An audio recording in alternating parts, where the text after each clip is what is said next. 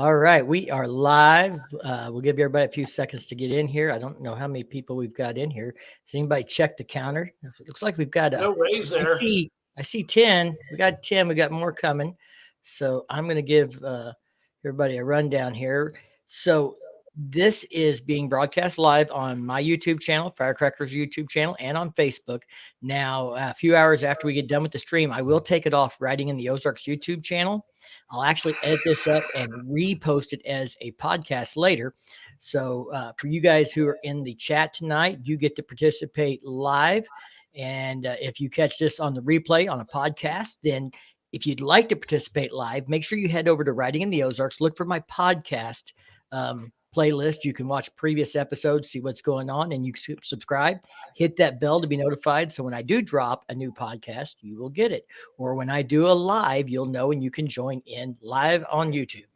So I see we got a lot of people in the chat already here. It looks like we're up to 14. So that's great. Ray's here. Ray says, let's get this started. We got Toby Northern. James Turner's in here. So Dr. Harley's here. Hello and good evening, sir. 87 Ricer. Ozark HD Riders is in the chat as well. What's up? All right. So I got kind of an agenda. We're going to run through some quick stuff, and then we're going to talk about what's up with these leaked models from Harley Davidson that I just did a big video on because there's a lot of interest in them. So I want to start off by reminding you, everybody, nationwide, Harley Davidson has their season opener March 25th. That'll be this Saturday at Harley Davidson dealers across the country. I know my local dealer is going to do raffles and giveaways and things like that. I don't know what other dealers are doing, but if you don't have something going on Saturday, you may want to see what your local dealer is up to. You might want to go out and try and win something. The next event I wanted to mention real quick is Spring Fling is a month away, April 20th to the 23rd. We will be there. Steve, you're going, right? Absolutely. Steve will be there. Firecracker's definitely going to be there. Firecracker, what's next on our agenda? May 6th is International Women Riders Day. So we're going to be at Switchback. Okay. At Switchback Bar. Yep. And what date is that? May 6th, you said? And what are you doing there?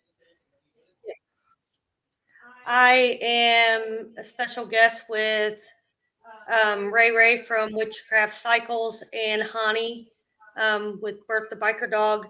And we're going to lead a ride. There you go. And Steve, what event you got coming up? Yeah, so we got the 9th annual Big Ass Poker Run. That's going to happen May 20th at Worth Harley Davidson on the north end of Kansas City. And some lucky guy, like last year, is going to walk away with $5,000 cash money. So not a bad deal. And the proceeds go to some charities. All right. So I got to see if I can find this. I sent a clip to Steve. I thought I had this saved, Steve, man. I wanted to play this video. I thought this thing was hilarious. Steve thought it was hilarious too. But I'm now missing it. Do you know which one I'm talking about, Steve? I don't. The guy riding the little scooter. I can't find it. Damn it. I'm screwing this up already. That didn't take long, did it, guys? Good thing you're pretty. Oh, yeah, because that's it for sure. I do know I sent it to you, so maybe I can find it in my email here real quick.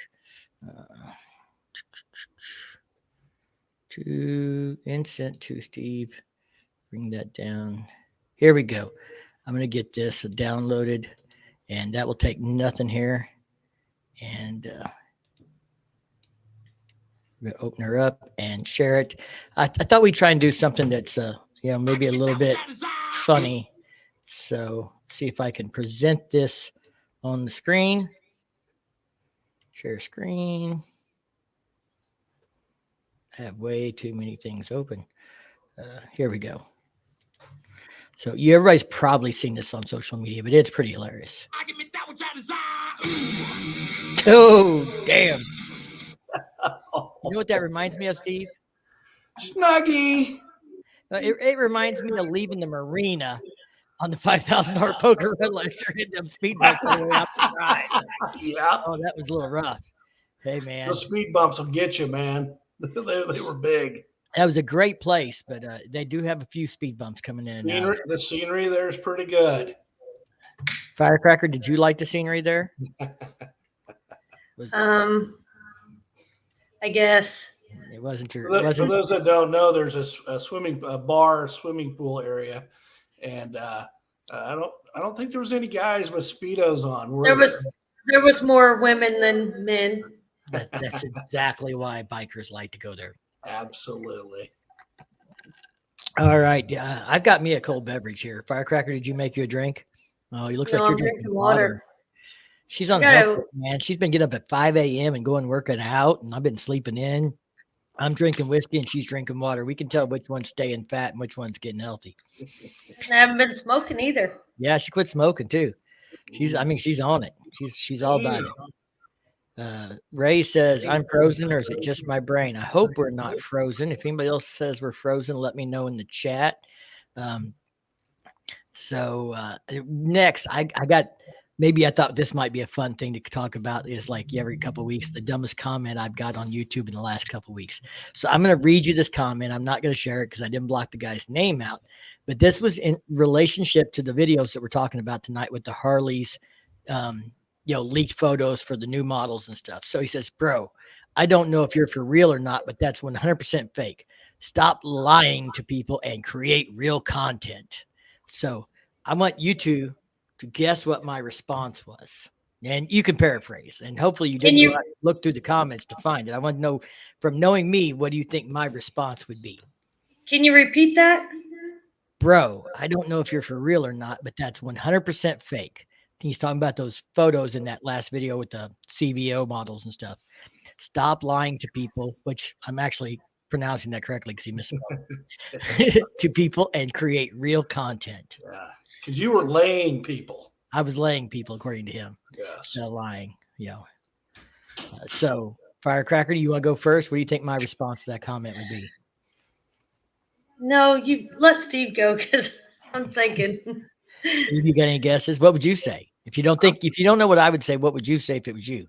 I'm thinking you said something along the lines of "kiss my sweet ass."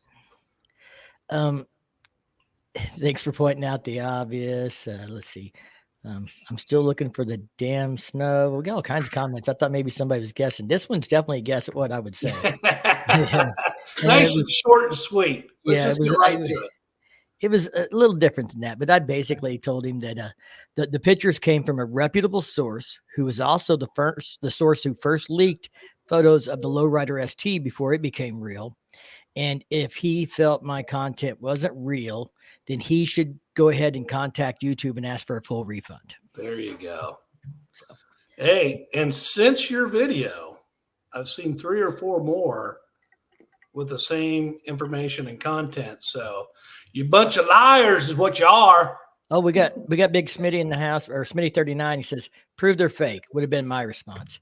But, and that's just it. You get all kinds on there. You just got to kind of roll with it and let it get under your skin and go on. But for everybody who hasn't seen that video or hasn't seen those pictures, you're probably under a rock, or you're just not interested in what Harley Davidson's coming out with next year, because they've been all over the place. Yes, motorcycle.com posted an article about them the day after my video. All kinds of real legitimate press sites, legitimate reporters have posted on this, and they all believe them to be real too.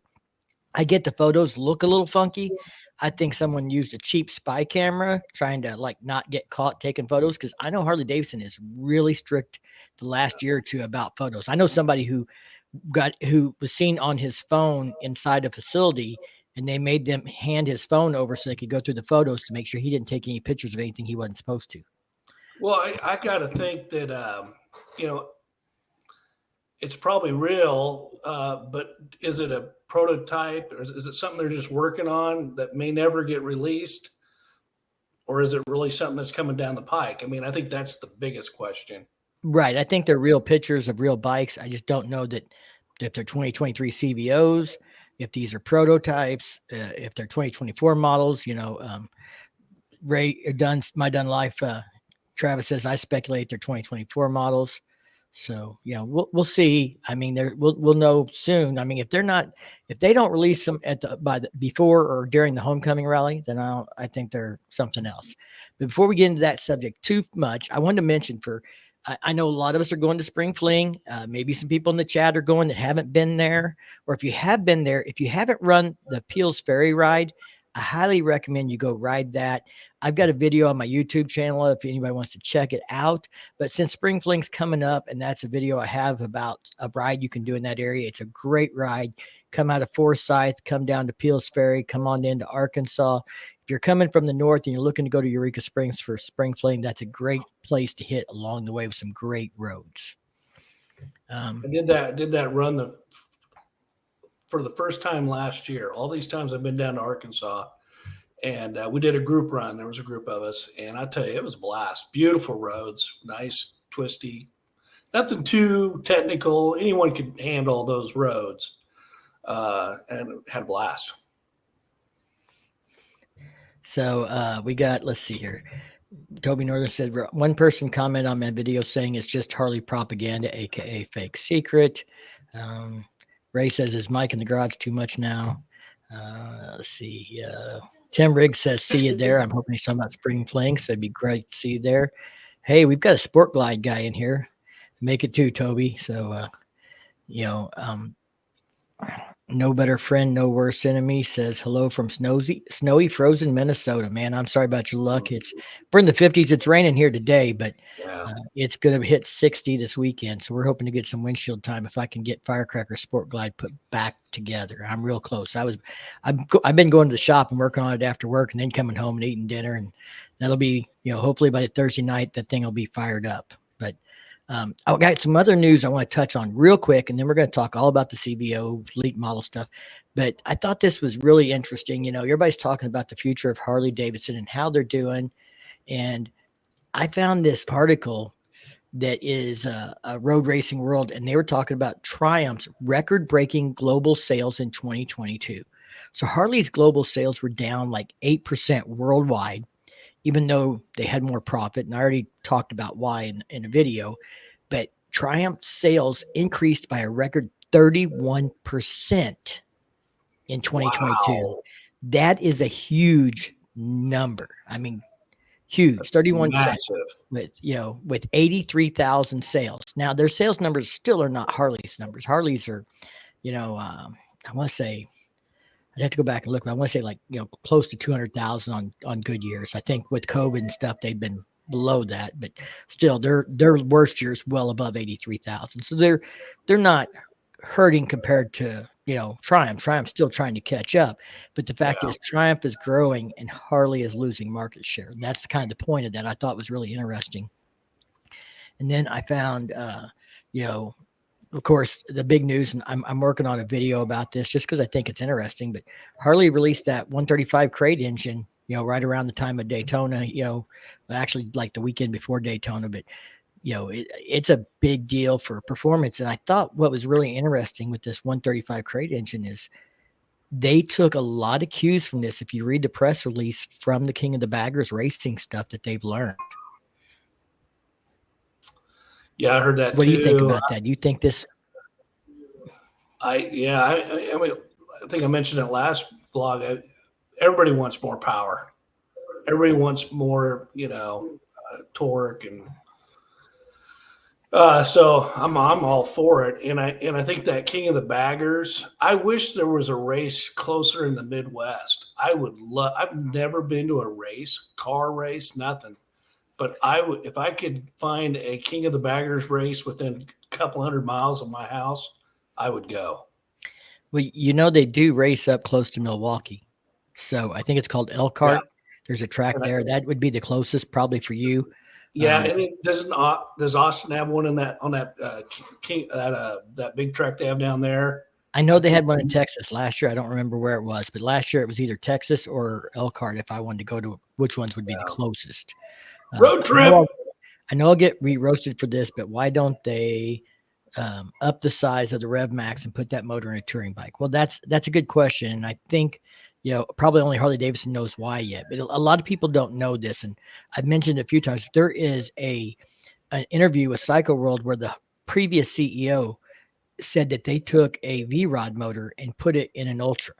They made 4 or 5 of them. I actually know to have talked to a guy that helped build those bikes. So that's why I went looking for the interview, because he said it happened. And sure enough, he admitted in an interview.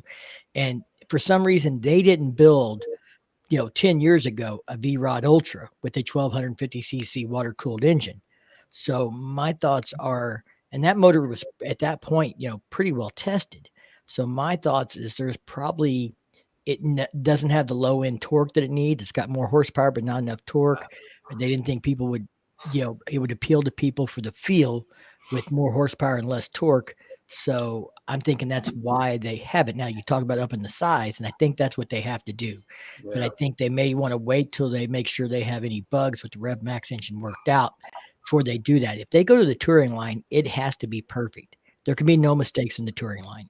That is their bread and butter, and a motor problem in the touring line will kill sales. And I mean, that could actually financially put the company in jeopardy. Yeah. Well, anytime a big, 900 plus pound bike's going to need plenty of torque. Yeah. And I'm not saying that the 150 horsepower is not enough, or the 90 foot-pounds of torque that's in the, Pan America engine. But, there is some reason why, and Harley Davidson's probably the only one that knows, or the engineers, and they're not coming off and explaining that yet.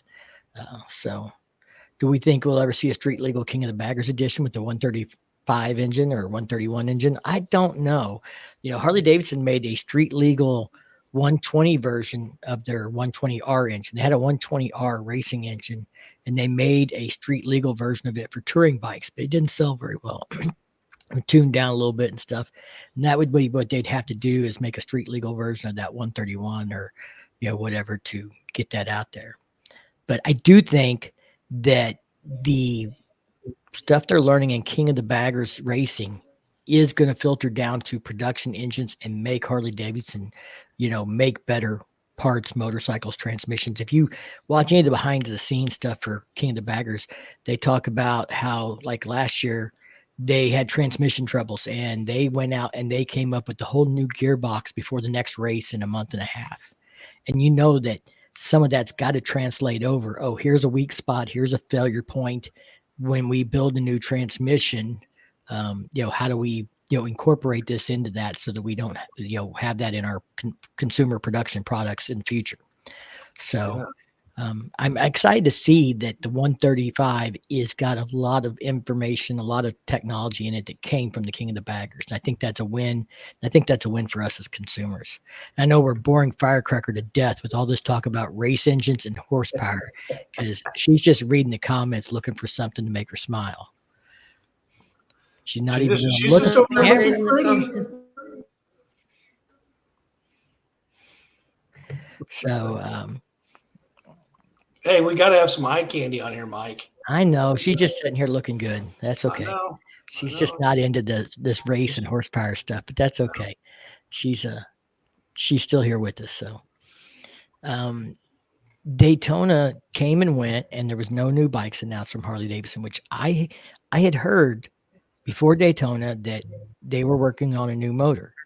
And that's why I made that video talking about, are more CVOs coming at Daytona? Because I heard through little birdies in the wind that a new motor was coming, and they thought it would be announced at Daytona. Well, nothing got announced at Daytona besides the 135, which when they're talking about a new motor, they weren't talking about a bigger motor. They were talking about a new motor design. And that's another reason I think this 121 motor that we're seeing in these leaked photos is real, because somebody, tipped me that there was a new motor coming before those photos leaked, by a few weeks. So probably it was being built at the plant, and somebody at the plant knew it and leaked it to someone else, but they didn't have photos or anything, but I caught wind of it. So that's another thing that makes me think these leaked photos are the real deal.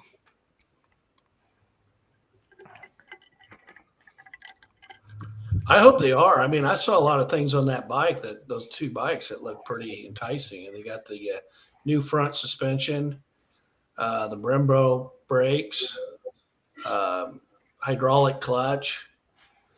I think somebody's thinking that maybe the transmission is going to have reverse and I can't remember what they call it. There's 3 letters for it, but Variable valve timing, baby. Where you can set different ways to ride the bike. Yeah, so I did the video. Oh, I think they said monoshock too. Maybe that there might be a monoshock in that bike. Right. So I Firecracker, did you actually watch that video? She doesn't watch all my videos. Did you watch that one? Probably not. Probably not. So she's totally lost. We've got somebody here that could care less about this stuff, and that's, I mean, that is part of the audience. Part of the Harley Davidson world doesn't care about what's the latest bike or what's the fastest bike or the biggest motor or how fast can it go. But I made that video and I released it, the day after I made it. I made it one evening and released it the next day. Steve's dragging the dead bodies across the floor. I'm grabbing a cold gusto. Oh, he's got the cooler down there. That's what he's getting, the cooler closer. There's no harm and foul in that. That's for sure. So, but I released that video, and the next day pictures came out of the right side of the motor that was not, released before. I had not seen it before I released my video. And Sparky, thank you. Yeah, we still got some stuff to get moved, but it's getting there. We're making progress. It's definitely livable. Firecrackers taking care of things and doing a lot to help. And because I spend a lot of time working on videos and stuff, and I've been working on her bike, so she's been keeping the house running while I've been trying to get other things done. But the picture on the right side shows a timing cover that has got a different shape to it, and it shows that transmission cover that's different, and that's where the thought of maybe a reverse gear, a different transmission, possibly including a reverse gear. The variable valve timing was actually a motor that they patented 3 or 4 years ago. That came out in the news that they filed a patent on a air-cooled engine with variable valve timing. What's different about this motor, and I looked at this when I did the video, but I didn't say anything about it because the patent actually called for push rods on both sides of the engine. And this motor does not have push rods on the left side, which is the only side I could really see very well when I made the video. So I didn't bring it up because I didn't have any evidence to support it.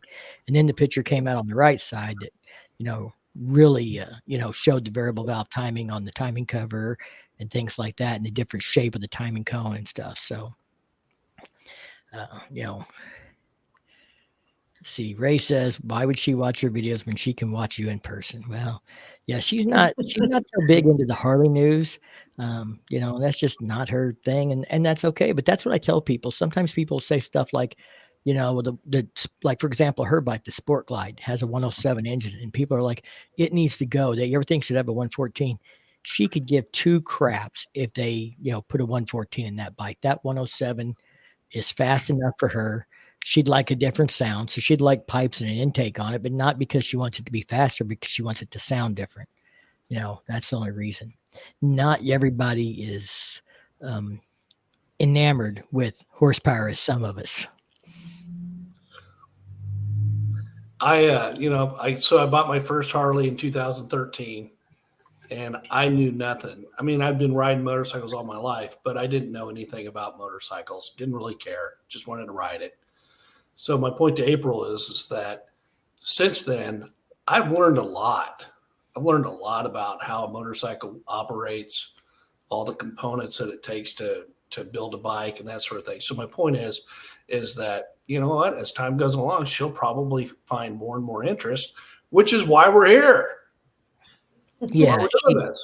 But now, if you want to talk about riding, or events, she's all into events. I mean, like, Spring Fling, she is more worried about getting our rooms booked than I am. So we have a place to stay. She wants it on the calendar.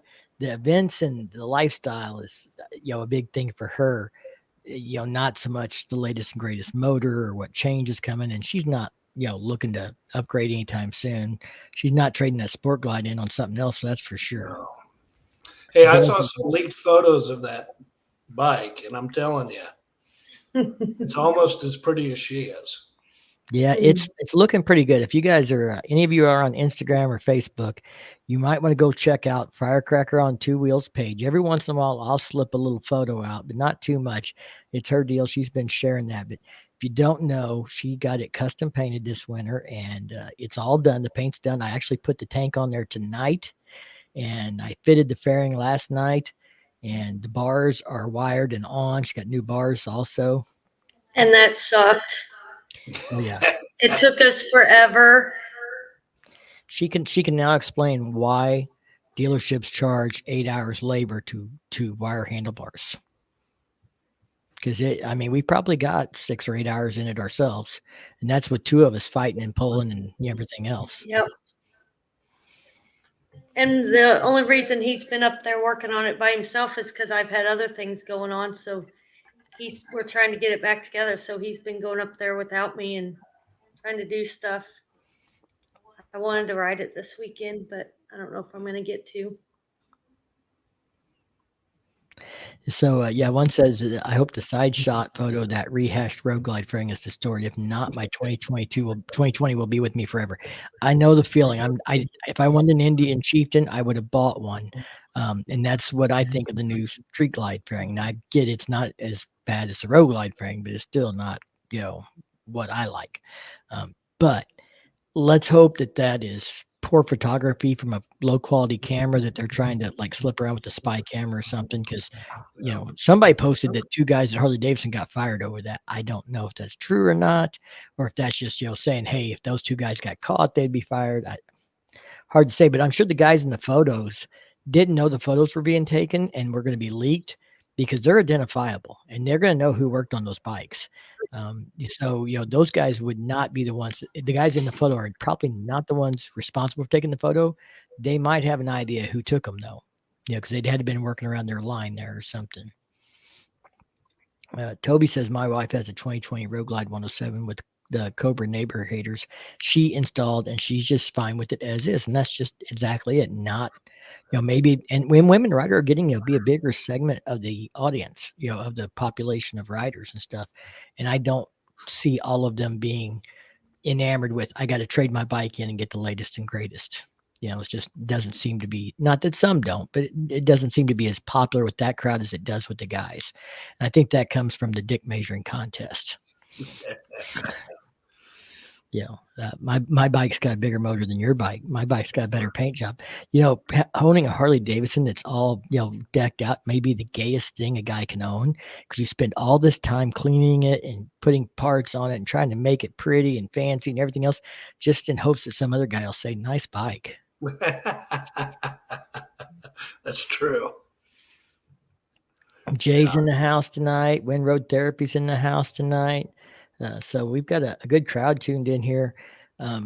Is there anything else as far as the CVO pictures that came out that you think we should talk about? You mentioned the monoshock, and where this comes from, if you don't know, is with the soft tails, they started moving the coil up where the horn used to be, the cowbell, and that, as I understand it, that somebody thinks they did that on this CVO leaked picture. It's been done, and they said that's because where it's at now is backed by the swing arm. So this might be an indication of a redesign of the rear suspension and swing arm, which would make sense why they would relocate the coil then.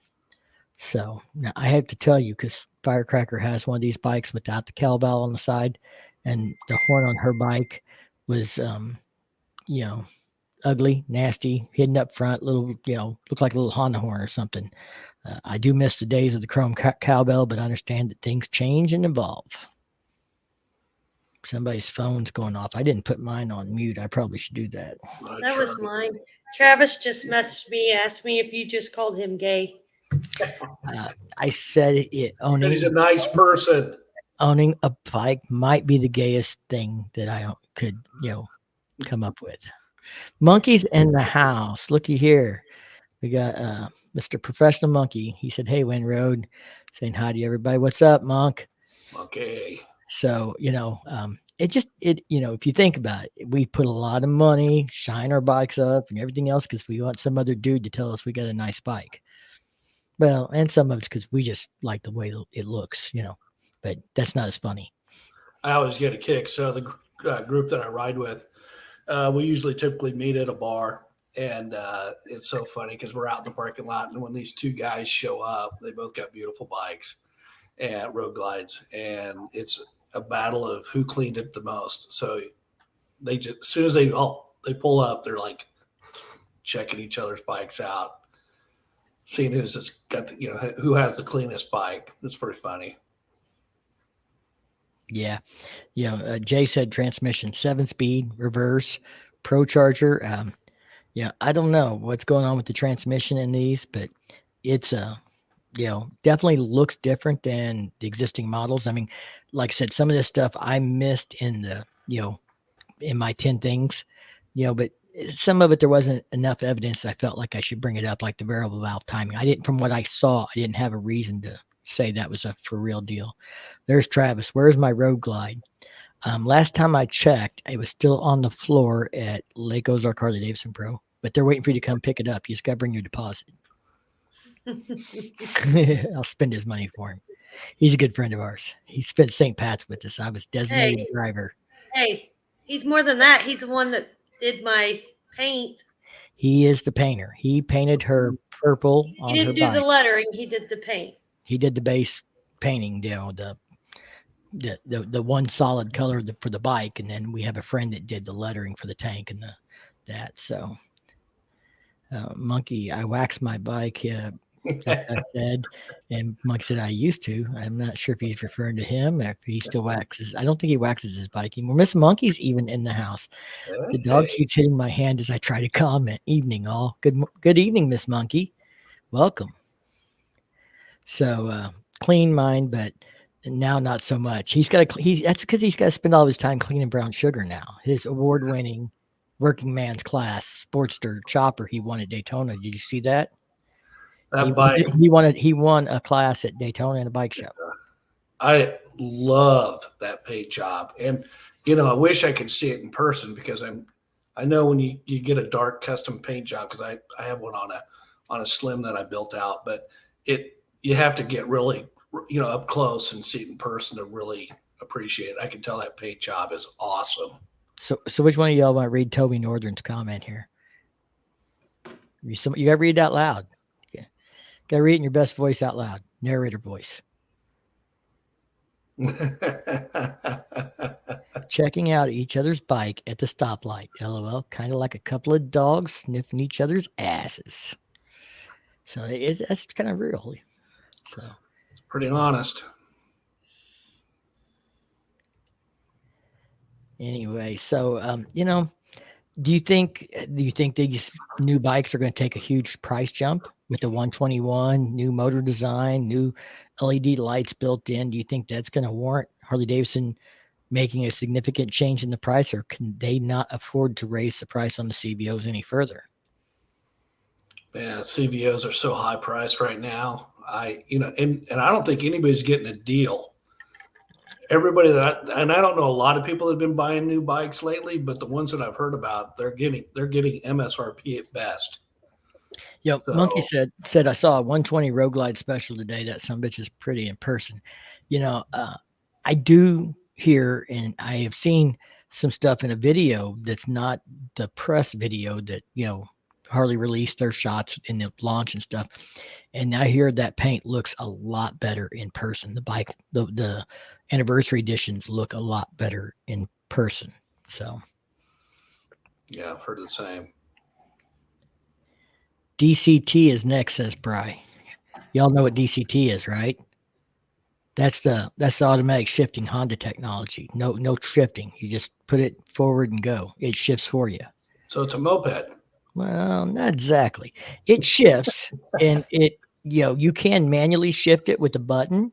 So you can do like a manual mode, and you can control when it shifts, or you can leave it in automatic. But I actually rode one on a Honda 1100 Rebel, and it was not hard to get used to, and it definitely has its place. I would say if you have some kind of physical disability or something like that, it can make a huge difference in your riding ability, how long you could ride, things like that. And it is really, really an advantage for slow speed maneuvers. I mean, I could do some really slow speed parking lot tight turns because I didn't have to worry about the clutch.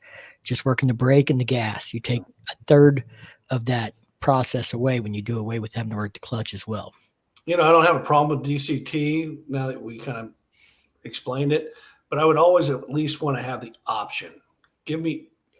Don't just take me over to DCT.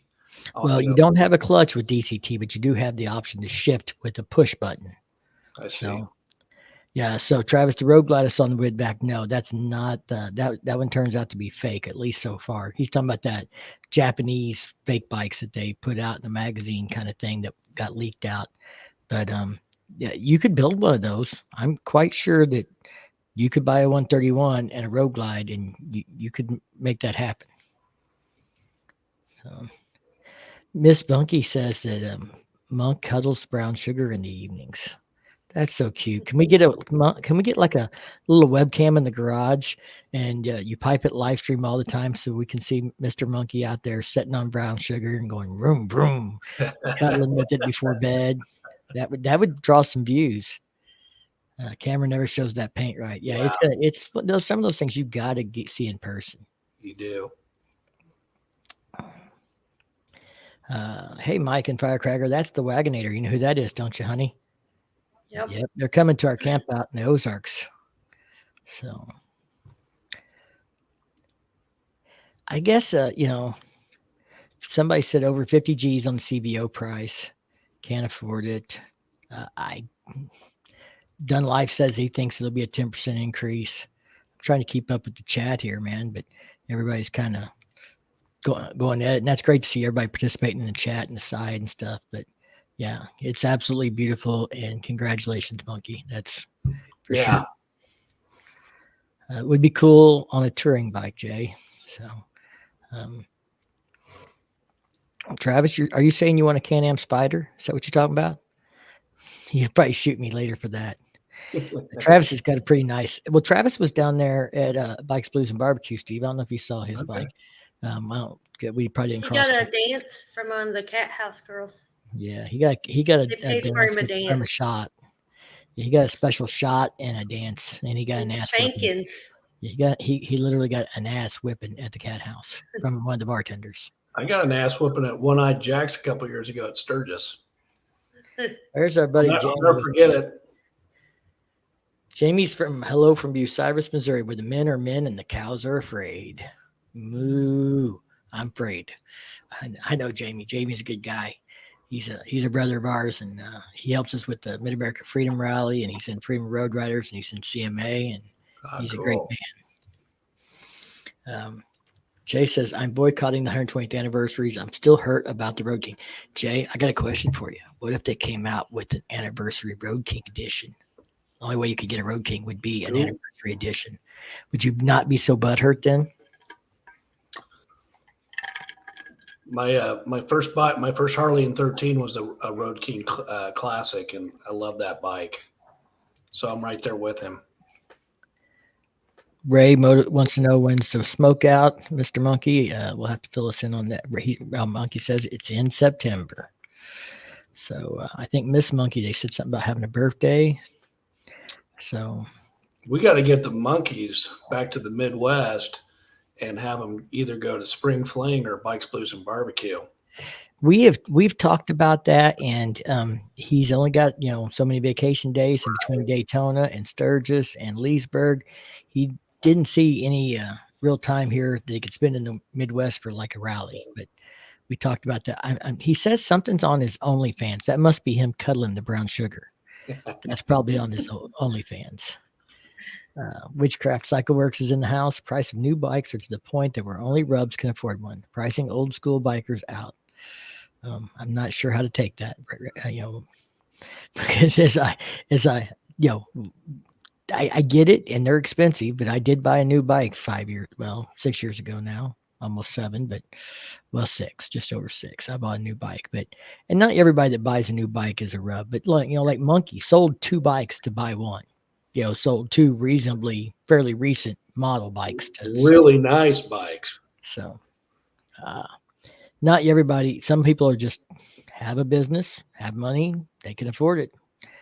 Even, I know guys that are truckers and old school bikers, but they got money because they spend 80 hours a week rolling down the highway delivering all them goods for us so we can all wipe our ass and drink Coca-Cola.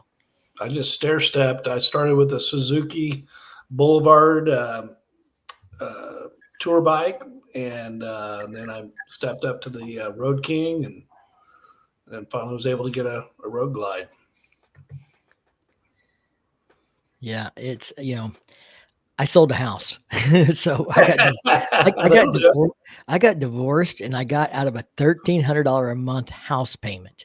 So when you free up $1,300 that for a house you're not even living in, it doesn't make that bike payment seem quite so bad. I got divorced in 2012. 4 days later, I had a motorcycle in my new garage. Well, I had to wait a year after my divorce to get rid of the house. It took that long to unload it. I got saddled with it, and it's when the housing market had crashed. We ended up selling it, or I sold it and broke even. I didn't make any money after owning the house 5 years because it was purchased when things were kind of booming and had to sell it. And but I got out from underneath it, which is what I wanted, and freed up $1,300 a month so I could put money back in the bank and buy a Street Glide. You know why divorces are expensive, right? Because they're worth it. Because they're worth every penny. Every goddamn penny. Absolutely. Yeah. So Mr. Dunn said I could afford a CVO. It was to buy a 12-year-old bike. So here's a question for the group. I'm a police motorman and just purchased my first HD, a 2020 Street Glide used. I retire in 3 years. What HD should I purchase next? What are you going to do? What kind of riding do you plan to do? Yeah, that's a tough question. We need some more context there. Yeah. Since you bought a Street Glide, I'm going to assume you must like that bike and you want to maybe tour some or take long distance rides. And obviously you know how to ride. You're a police motorman. So it's hard to say, in my opinion, what HD you should purchase next. I guess it may depend on what you think of these new motorcycles when they come out, the variable valve timing and stuff. It's obviously every motor revision seems to be getting further and further away from the potato sound. But that's the EPA's fault, and that's what the whole variable valve timing is about. So it's going to be a question as to what it sounds like, what it feels like. I would say go ride as many as you can ride and see which one you just keep getting drawn back to. That'd be the one to purchase next. That's how I do it. Yeah. I'd say the fall to that question. Pretty easy with the trees, the leaves changing color. Yeah, here's the thing, and the way I see it, and everybody's got their own opinion, but May is good. It's not too hot yet. It can still have some cool days, but we have pollen because we have all these trees down here, man. I mean, a lot of pollen. When we do my Truman Day ride, May 8th, we stop at the gas station and shake the handkerchief out because you're carrying one over your face because you're trying not to breathe all that stuff in. So spring is nice after the trees bud out, but when they're budding out, it's a little especially hard if you got asthma or respiratory issues. But the fall is short. I mean, we could have 2 or 3 weeks and the weather turns. The leaves are gone. You really got a month in there that you can probably catch good fall weather, leaves turning, cool weather, and then it seems like fall disappears quicker. Winter comes in, off and on. What do you think of September when Bikes, Blues, and Barbecue happens? I would say that's about as good as you can get. I would say about, the first week of September, the end of it, like the 7th through the first week of October is probably the best. We look at Bikes, Blues, and Barbecue last year was like the first weekend in October, and a lot of people were complaining about how cold it was, in the mornings getting up and it was 50 degrees, 50, literally 50 degrees, not, 59, but 50, 49, and getting out and riding the pig trail. People weren't prepared or didn't bundle enough or pack enough for that. So, but there's not a bad time other than when there's ice on the road. Yeah, I agree. I mean, Arkansas, for anyone that's never been to Northwest Arkansas, phenomenal riding. And it's thousands of miles of great riding. April, when's your favorite time to ride the Ozarks? What's your favorite time of year to ride here? When it's warm. When it's warm. So like 70 degrees and above. Yeah, she's not. That's what I say. She did. I'm getting better. Yeah, but I get cold easy. Yeah, that Bikes, Blues, and Barbecue, when it was 50 degrees in the morning, she was, she sucked it up and she did it, but she was not real happy with the weather, man. Well, you got to remember, April's wearing a 2-piece bikini, so It gets cold. No. In my No. dreams, I can't even get her to wear that to bed. Half the time she wears her scrubs to bed. She's like, I'm cold. She's a surgeon. I try to get her to play nurse. I go in there and cough. I think something's Got a ailing. pain right here. Yeah, can you take a closer look at this? Oops, don't let it poke you in the eye. Shannon perked up when we said Mid-America Freedom Rally. And the Freedom Rally, I mean, that's Memorial Day weekend. And we talk about the weather in the Ozarks because I go to this rally. And one year, the weather will be perfect.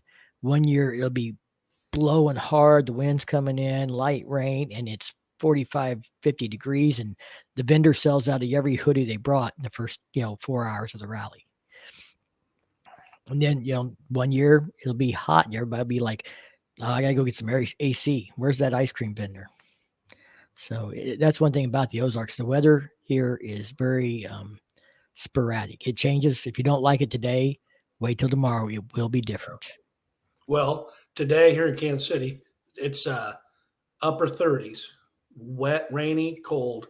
Tomorrow, I'm hoping to ride. It's supposed to be 74 degrees. Yeah. So I think me and Mike's going to be sick tomorrow. I feel a sickness coming on. I'm working from I've home. been taking care of all those people that are sick right now at work. I think I've come down with it for a day. I'm working from home Friday, remember? Tomorrow's not Friday. I need to check the forecast.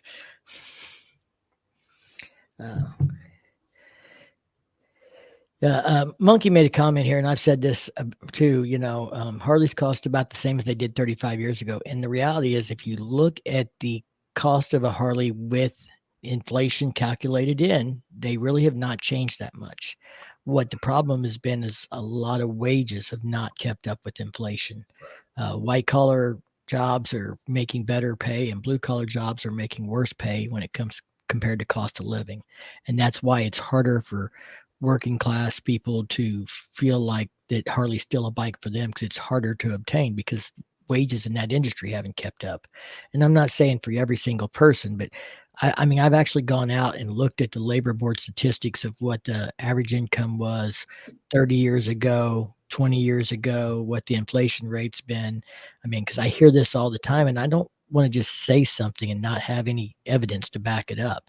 But it really is, we've, as a society have turned to having more white collar jobs. Everybody wants to be an engineer or work at Twitter or work at Google or, be on social media.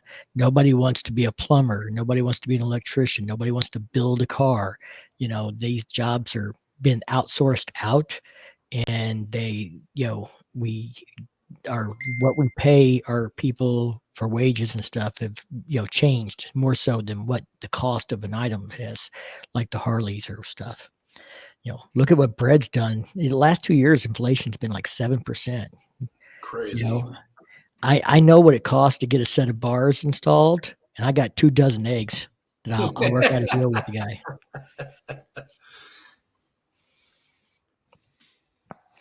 Rich urban bikers can afford them. Only rich. I know what rubs are, but I wouldn't say, I wouldn't call Professional Monkey a rub, and he just bought a new bike. Like I said, he traded 2 bikes in to do it.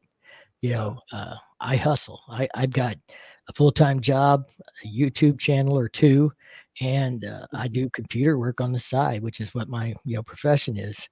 I work 40 hours a month on the side besides YouTube, besides my regular job. That's how I pay for my Harley and for my toys and my vacations. Work harder than the next guy. I'm a gigolo on the side, and I'm still waiting for my first trick. Yeah, I'm going to tell you that, you can probably go ahead and file your taxes. Don't expect a 1099. So, I know a lot of people say that about rubs, but I'm kind of leery of saying that or going down that road, because I know too many people that bought new bikes that I wouldn't call a rub, and I bought a new bike 6 years ago, and I'm definitely not rich. Just check my credit score and my, debt to income ratio. Well, every time I bought a bike, I'm like, how the hell am I going to afford this? I think it's like a lot of things. You start to kind of crunch the numbers, maybe you cut back on this, cut back on that, and the next thing you know, you're like, you know what, I might be able to make this work. And then once you get it paid off, you're like, that wasn't that bad. Quit smoking. How much money does that save you a month, Firecracker? I haven't figured it up. I haven't even thought about it. Yeah. Well, you need to figure it A up. lot. Yeah. A lot. I mean, almost $7 a pack and at least a pack a day.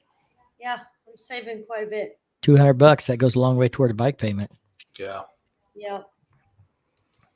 I just put a 124 kit in my bike last year. I quit drinking 2 years ago, and that's how I paid for it. Right. That was drinking money. Well, we won't get into. I haven't stopped that now. Ask Mike about Saturday. Steve, let's not get carried away here. You know. Whoa. Easy there, pal. Mike had to be my designated driver Saturday for St. Pat's. So that's an annual thing, though. Yeah, I don't. I'm at that age, and I have enough to lose that I don't want to drink on St. Pat's. I mean, the law is heavy here. Where I live was in the Guinness Book of World Records for the most alcohol consumed in one weekend per capita, and it was for St. Pat's. Yeah. Rolla, Missouri, people used to die here for St. Pat's, literally, like drank themselves to death. So, they still are the college still does a lot of partying, but they're a lot heavier on the law than they used to be. And I just don't drink that weekend. I'll drive everybody else around and take everybody home and let them have a good time, make sure they're all safe. And it's just one weekend, and it's not that big a deal to me. It's definitely a rookie night, just like New Year's. I mean, yeah, I usually don't end up drinking on New Year's unless we stay home. Yeah. Same kind of deal. Temperatures have to at least be my age before I ride. Well, you're good for at least 3 weeks out of the summer, Jamie. Oh, wait, you're not that old. Jamie's maybe a little older than me, not much. I look older than him, though. He looks younger than me. It's all this gray hair here that I got showing. Yeah. If it's 50 degrees out, just light wind, and the sun's out, I'm golden. I'll ride in that. I'll ride in colder. I've rode below freezing, and rode 60 miles if it's for good charity. I don't particularly enjoy riding it when my snot's freezing inside my nose, but if it's for the right cause, we'll get out and do it. But, ideally, I'd like it to be 50 and sunny, and, I'm good to go. If that's not going too far, then, I'll do it anyway. Look at who's in the chat here tonight. This guy, he has been riding every day this year. It's on his goal list, and I see his post every day. I follow him on Facebook. Wow. Winter is great. You can see into the woods, see a lot of things with all the leaves off and stuff. So Jack's been riding, and he's riding a Pan America a lot right now, although he has access to a few other bikes. But Jack's been riding every single day and posting pictures, and I follow him. And it's been neat seeing, when nobody else is posting pictures of riding, Jack's out. And he starts early and he goes. So. That's awesome. Yeah, it is. And he is in a situation where, he can kind of do that. It's nice when you're the boss. So, but it's a priority, and it's, cool that he can do that. So 48 watching, only 29 likes, hit the like button. Well, thank you, Ray. But I actually crossed all channels. We are up to 61 right now between Facebook and Firecracker's channel and everything. But Witchcraft says, Firecracker, if you ride tomorrow, let us know. She's got to work. She can't play hooky. Somebody's got to pay. Whatever I want. Somebody's got to pay for the groceries. 87 Rice, good night, y'all. Ride safe. 87's probably out on the road somewhere and going to take a nap before he hits the highway again. Well, thank you, sir. Thank you very much. And I saw it pass by, and I don't know who it was, but I saw a super chat earlier. So thank you for whoever it was that threw out a super chat. I appreciate it. But, watching the videos and participating in the community is more than enough.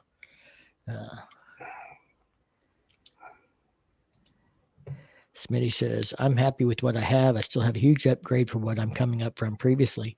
And there's Dallas. Hey, guys. What's up, Dallas? I don't know how far back I am in the chat. I'm trying to catch up. You're way back. Way back. So Miss Monkey said, "Hi, Dallas, Dallas, sir." So Dallas is a good dude. Him and Ray. yeah, Ray said to tell you hi if you didn't if you didn't see him in the chat, say hi. Yeah, He did a live earlier today, and I tuned in for a little bit, and he said yeah, me too. tell you both hello. Sparky, I'm from Illinois, now in Central Alabama. That's Sport Glide Gym. Alabama would be a nice place to be right now. I bet it's warmer. Pike County moved to Fort Lauderdale in 1989. In 1989, I was graduating high school. So, where were you? Huh? I was only 10 years old. Yeah. I was moving to Kansas City. We were not high school sweethearts. I will put that on the record for all law enforcement that might be tuned in. I have no interest in cradles or robbing. Hey, you guys do live down in the Ozarks. I mean, isn't that legal? I'm not sure it's legal north of the state line. I won't speak for South. I think I hear banjos playing. That's not uncommon around here. That just means there's a good band at the bar. That's true too. So on these CVO models, do we want to take any bets? Do we want to get a poll? Who believes that these leaked bikes will be announced before the end of the riding season? Firecracker could care less. She's going to vote, I don't give a fuck. Fair. What was your question? Do you think these leaked bikes that you didn't watch the video on will be released before the end of the summer, before the end of the riding season? Will they at least be announced? Or will Harley Davidson sit on them until next year? I'm going to say sit on until next year. She thinks they're going to be 2024 models. We're not going to get no info on them. What do you think, Steve? Golly, I'm not a smart enough marketer to know what the right answer is, but I think they're coming. I do think they're coming. Whether or not they've waited too long this year to introduce them, I don't know. You mentioned at the 120th would be a great time to do it. I can't disagree with that. I also liked what I heard from somebody else that said that they haven't made a fairing change on the road glide since 15 and the street glide forever. So actually 14. 14 was Project Rushmore. That's when they put the vent in them. That was the change in the fairing, was they added a vent. but was there a road glide fairing out that year? Was there a road glide fairing out that year? I don't know. You'd have to ask somebody that gives a fuck about road glides, because that's not me. Yeah, that's true. sorry, Road Glide Nation. Just not my thing. Yeah. Announcement and sit on them, Sparky says. Smitty says, doubt it. I think they'll sit on until 2024. So he's sitting over there with Firecracker on that one. Let's see what. Yep, you're right. I agree with Toby. They'll be released at the 120th. Then all the other standard road glides and street glides will be the same as they are for 24. And that's a question. If these are CVO models, how long before they'll bring these integrated lights, new fairings to the other models? If they release the Bronx, these leaked photos would get buried. That's probably true. But there's a lot of people into the touring stuff. I think we'll see the leaked bikes in 2025. So I'm going to tell y'all a little whisper I heard in the wind. I heard these things were supposed to be ready by the end of the year or beginning of the year, and that's why they leaked now, is they weren't ready in time. That's why we only got one CVO at launch, because they'd intended to have these other bikes done, and then when something happened, for some reason it got delayed, they didn't. They didn't launch them or didn't announce them yet. They didn't announce them in January because they didn't have them ready, but that's why we only got one CVO, because I think there has to be a reason why we only got one CVO, and why Brad Richardson said that there's more coming. Now, that's true. He did say that. What someone told me was because they didn't have them ready by the launch, that the new marketing strategy, we'll see if this pans out or not, is that the 121 motor is for the 121 years of building Harley Davidsons.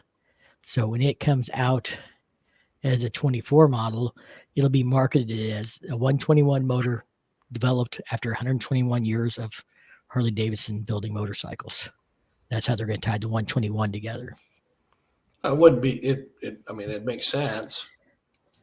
Yeah, but who knows? That could just be some guy saying, Yeah. "Hey, I'm trying to pitch Harley this marketing slogan. If I can get riding in the Ozarks to make it popular, maybe they'll buy it." Yeah. So Jay thinks they'll come out with the CVOs, and then they'll trickle down to the rest of the fleet in 24. So, not he. What's up, Scott? That's Jonesy's ride. Jonesy's in here. Not a rub. I'm lucky to afford my HD, and that's what I say. I don't want to clock everybody that buys a new bike in as a rub, because I think a lot of people work real hard and they make a lot of sacrifices. I eat lunch meat sandwiches and a fruit cup and a bag of chips 4 days a week. I pack my lunch to save money. So, it's a matter of sacrifices. There ain't no Starbucks on my menu. I've never, it's, a Starbucks would be like getting a candy on the weekend or something for me. I don't like Starbucks particularly, other than them, cold coffee bottles that they sell. I've never drove to a Starbucks place. But if they're leaked CVOs, why aren't they in 120th paint? Well, that's a good question. And that's why I said these might be prototypes. I'm not convinced that they are, 120th anniversary bikes. But it's hard to say. Harley Davidson's been pretty tight-lipped on things, and people, I've seen dealers say something like last year, a dealer said that, what bike was it that was killed? Oh, the Softail Custom. So Softail Standard. They said the Softail Standard was dead for 2023. A dealer said that, and somebody caught it and recorded it and put it in a video. And so everybody ran with that because a dealer said it. And guess what? Here we are with 2023 Softail Standards with the 107 still. They didn't kill the 107. They didn't kill the Softail Standard. If you think about the changes they made, they were all pretty low-hanging fruit. They brought the breakout back with a new gas tank and the 117 motor, which they already had. It wasn't, they just gave it a motor upgrade and a bigger gas tank and brought it back. It was still available in Europe the whole time. It just wasn't available in the US. They took a Tri-Glide and chopped the fenders on it and stuck a Road Glide fairing on it and called it a new model, Road Glide 3. And I think it looks awesome. I think it's a great choice. But again, not a huge engineering feat, low-hanging fruit. So in my opinion, if those two models are coming down the pike, and with King of the Baggers and STs coming out, sport touring and all that stuff, I think those bikes are in the right direction because they're built for, they've got some modifications to them to be more sporty. Right. And, maybe they were leaked on purpose to gauge what people think of the new fairings. That's entirely possible. I will say, for the record, if this was a marketing ploy, I was not on the inside the loop. Nobody leaked them to me and said, hey, make a video on it. We want to gauge anything. I got it from people tagging me on Instagram from the original leak. And I just made a video about it because everybody was messaging me and wanting to know what I thought and everything else. So I made a video. Mm-hmm. Twisty says Dunkin' is better than Starbucks. I take your word for it. I'm not really, maybe I'm not man enough, but I'm just not big on coffee. Like if I drink coffee, it's that foo-foo coffee, as my dad likes to call it, just to give me shit. But it's like the vanilla cold coffee. But my dad drinks. It's Starbucks. Yeah, Starbucks foo-foo coffee, the vanilla. My dad drinks his coffee is the kind of shit that you pour out of the thermos and it instantly comes asphalt in the driveway. Yeah,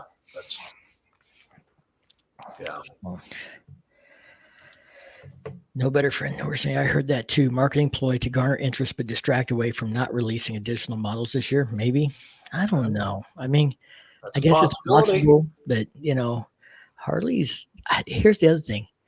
Would you want Indian to know what you were thinking about doing if you weren't sure you were going to do it? You leaked this, and now Indian, if they didn't know, they damn sure know now that, we're going to have to do something because, Harley Davidson's going to come out with a variable valve engine that's going to have more power than us. That's going to be, a new Road Glide fairing with integrated turns and this and that. Yeah, and it's a competition. And competition's great for us as the consumers. But look at the Indian Sport Chief. What the fact is they said, oh, people are buying Harley Davidson Lowrider S, and we don't really have a model that lines up to be competition for that. Make a new Sport Chief that is directly aimed at competing with that bike.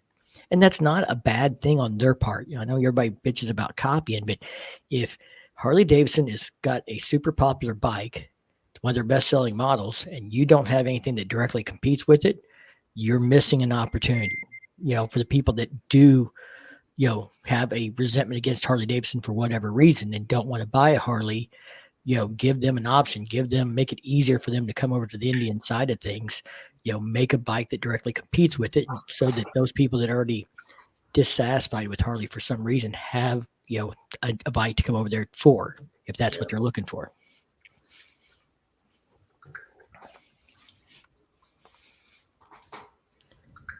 Jonesy's Ride. What's up, buddy? That's Scott there checking in.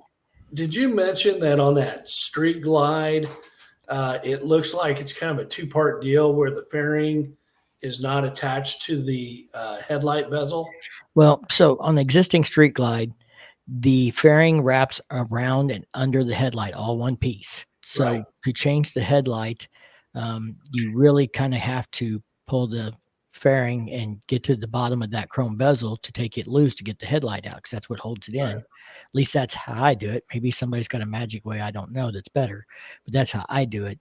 So in the picture, the painted fairing wraps around the headlight, but it stops, and the part that's underneath the headlight was black and not painted the same color, like it was a separate piece.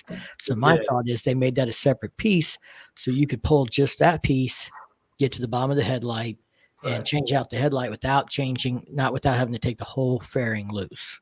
Because now the fairing is going to have all these other turn signals and stuff integrated into them. It's not just a piece of plastic. It's now going to have lights and things wired into it. So it makes sense if you can make that job easier, not harder. Totally agree. And I guarantee you all the mechanics out there, that's what they want to see. They want things to be simpler and easier and quicker. And so do we, because we're paying them by the hour. So I'm glad to see you're doing good, Scotty. Next time you come to the area, holler at me, man. Indian does a better job than HD at pivoting and pushing out different models. Maybe, I don't know. They are definitely, I think it's easier to be seen that way when you're playing catch up, when you know what the goal is, because the goal is the competition and you're trying to catch them. When you're perceived as being the leader, you can't, copy the other guy, because then you're copying what's perceived as second place based on sales. I don't care if you like Harley or Indian or anything else. If you look at sales numbers, Indian is second or third place. So if you copy second or third place when you're the leader, that's viewed as like, well, why aren't you being innovative? Why are you copying a guy that you're already, better than? But if you're second place and you're copying the leader, then you're viewed as, here you are trying to play catch up, which is what you're supposed to be doing. You're supposed to be closing that gap. Yeah. And I wish Harley would go back to New Year releases, open to the dealership channels like Matt Laidlaw's, and make new bike releases way more interesting than what Harley is doing now. Yeah, I don't even know if they have the dealer meetings they used to have and stuff. It's been a whole deal. I like my coffee like I like my Motown. Well, I think we know how that is. Dark. I agree. Maybe leaked on purpose. Skidoo has played this game more than once. The Davidson doesn't have to push anything. That's why they have us for. Well, I don't maybe. Thoughts on the new Indian Sport Chief? Clearly a lowrider knockoff. Yeah, but I mean, I guess if I was Indian and like, hey, they're kicking our ass in sales. This bike is one of their most popular bikes. What are we going to answer the call with? I haven't ridden a lowrider yet, but man, I want to. They look badass. I have ridden them. Ozark Rides Rally will have demo rides. So if you make it down for that, They will have demo rides there. You can ride one there for sure. I just did the demo ride. I haven't rode one a lot. I'm not a big mid control guy, so it wasn't real exciting for me.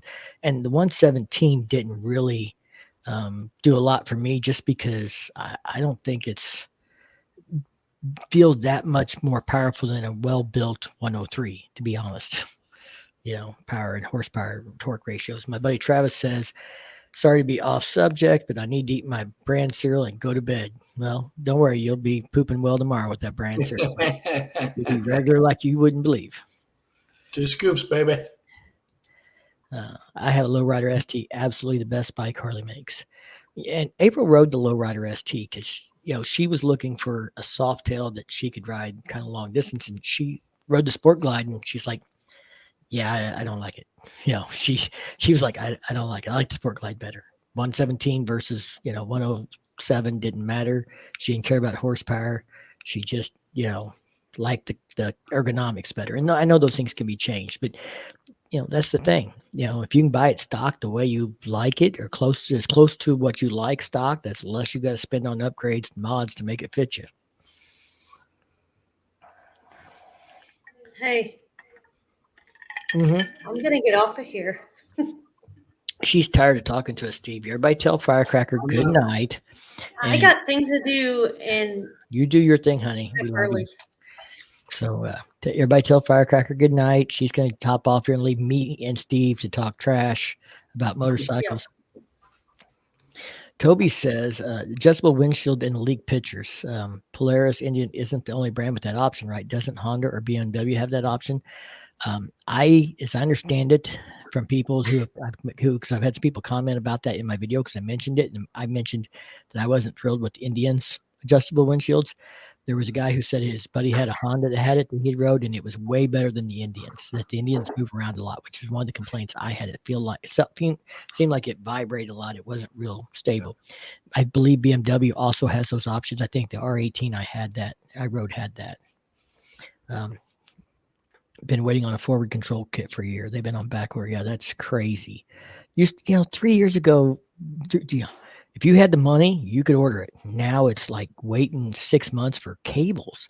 We ordered cables in like November for her handlebars, and they literally did not come in till February. The two cables, the electronic extension cables were fine, but the upper ABS and the upper clutch took forever to get in. I think Monkey must have dropped off here in Bry, or maybe they're just being quiet in the chat. Maybe they got busy. Haven't seen anything from him for a while, but he might know if other models have an adjustable windshield. He's pretty knowledgeable on bikes. Yeah. I mean, he's really knowledgeable on the Harley stuff, but yeah. Harley is not concerned about volume sales. They're making HD an exclusive brand by making more profit per unit. Well, they definitely are worried about making more profit per unit, and they are definitely worried about being seen as the most desirable brand. I don't know that they are worried about volume, but they have to pay attention to volume, because if global sales went down and inventory went up fourth quarter for 2022. And so they got to pay attention to that stuff. They can't afford to have a bunch of volume sitting on the floor and not selling, because then that's going to drive the price down, and that's going to hurt their profit per unit. That's part of how they're getting that profit per unit, is by making it, the demand hard on it.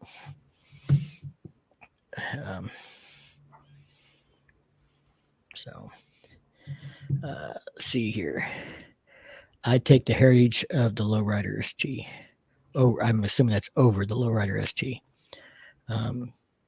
Toby Northern said, I'm asking because some are saying HD is copying Polaris on the windshield, but I know Polaris doesn't own the market on the windshield. Exactly. And, that's the thing. We get into this, they're copying them.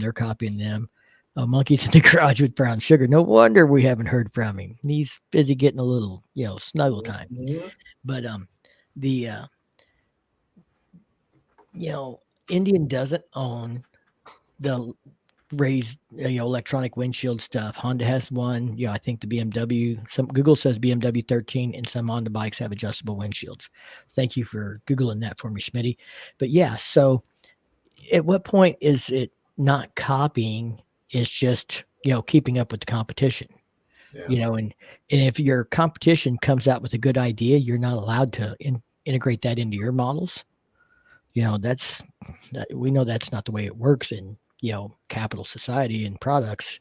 If your competition's kicking your ass because they got a better feature than you, your job is to get that feature as fast as you can so that you can compete.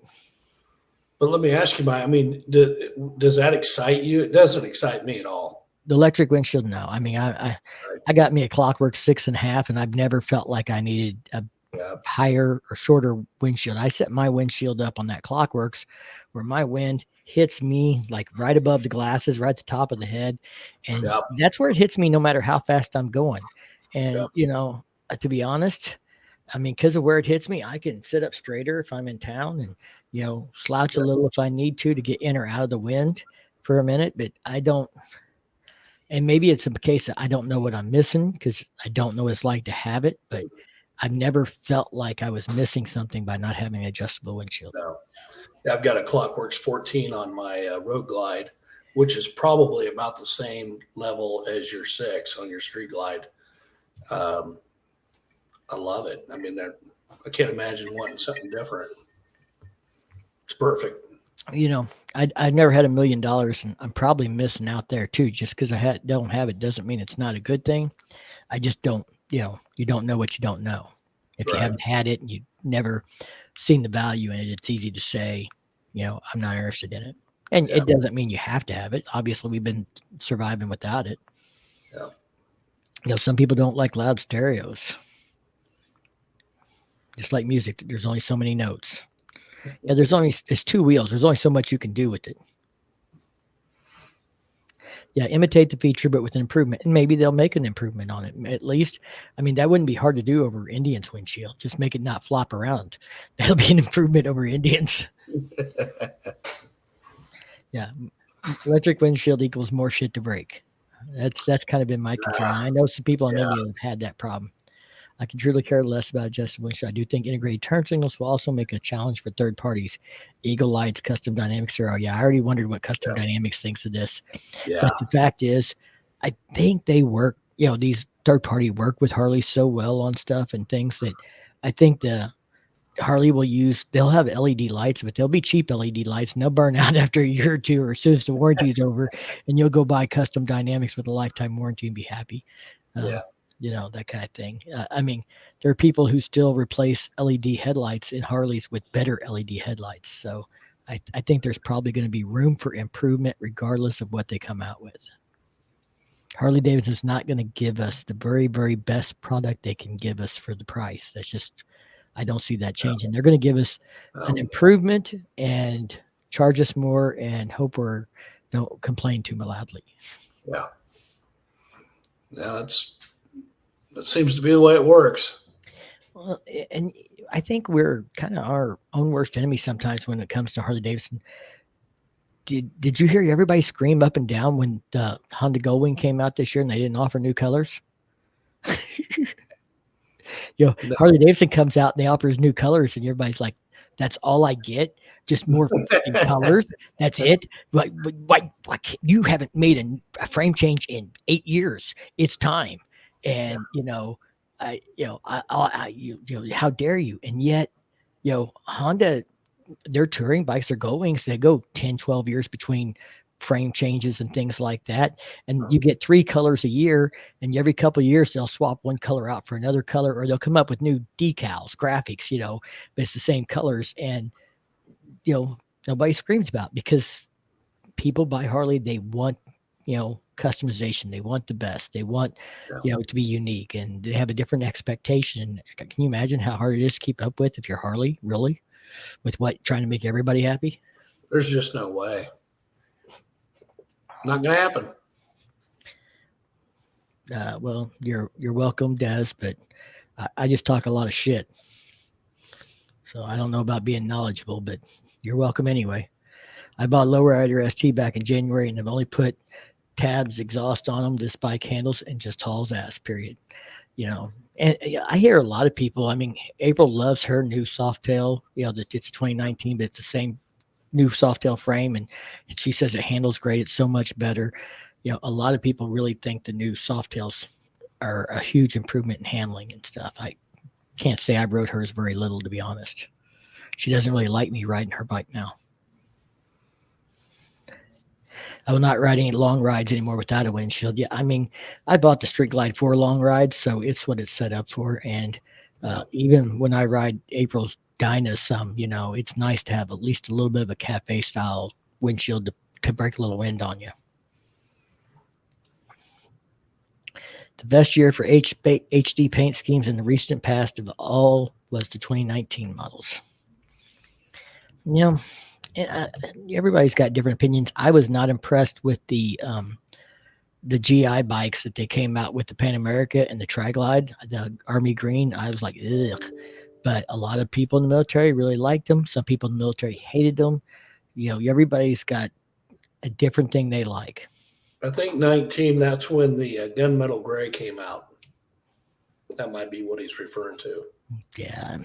See, the gunmetal gray doesn't do anything for me. I'm more like either black or, bright colors. I like the bright blue they came out with. I don't remember if that was 20 or 19 when they came out with the blue bike, but I know in 16 they didn't have any blue, and so I just went with a vivid black because they didn't have a color I particularly liked, so I wasn't going to pay extra for a color I didn't care for. Yeah, my 17 Road Glide's a superior blue, and I'm happy with it.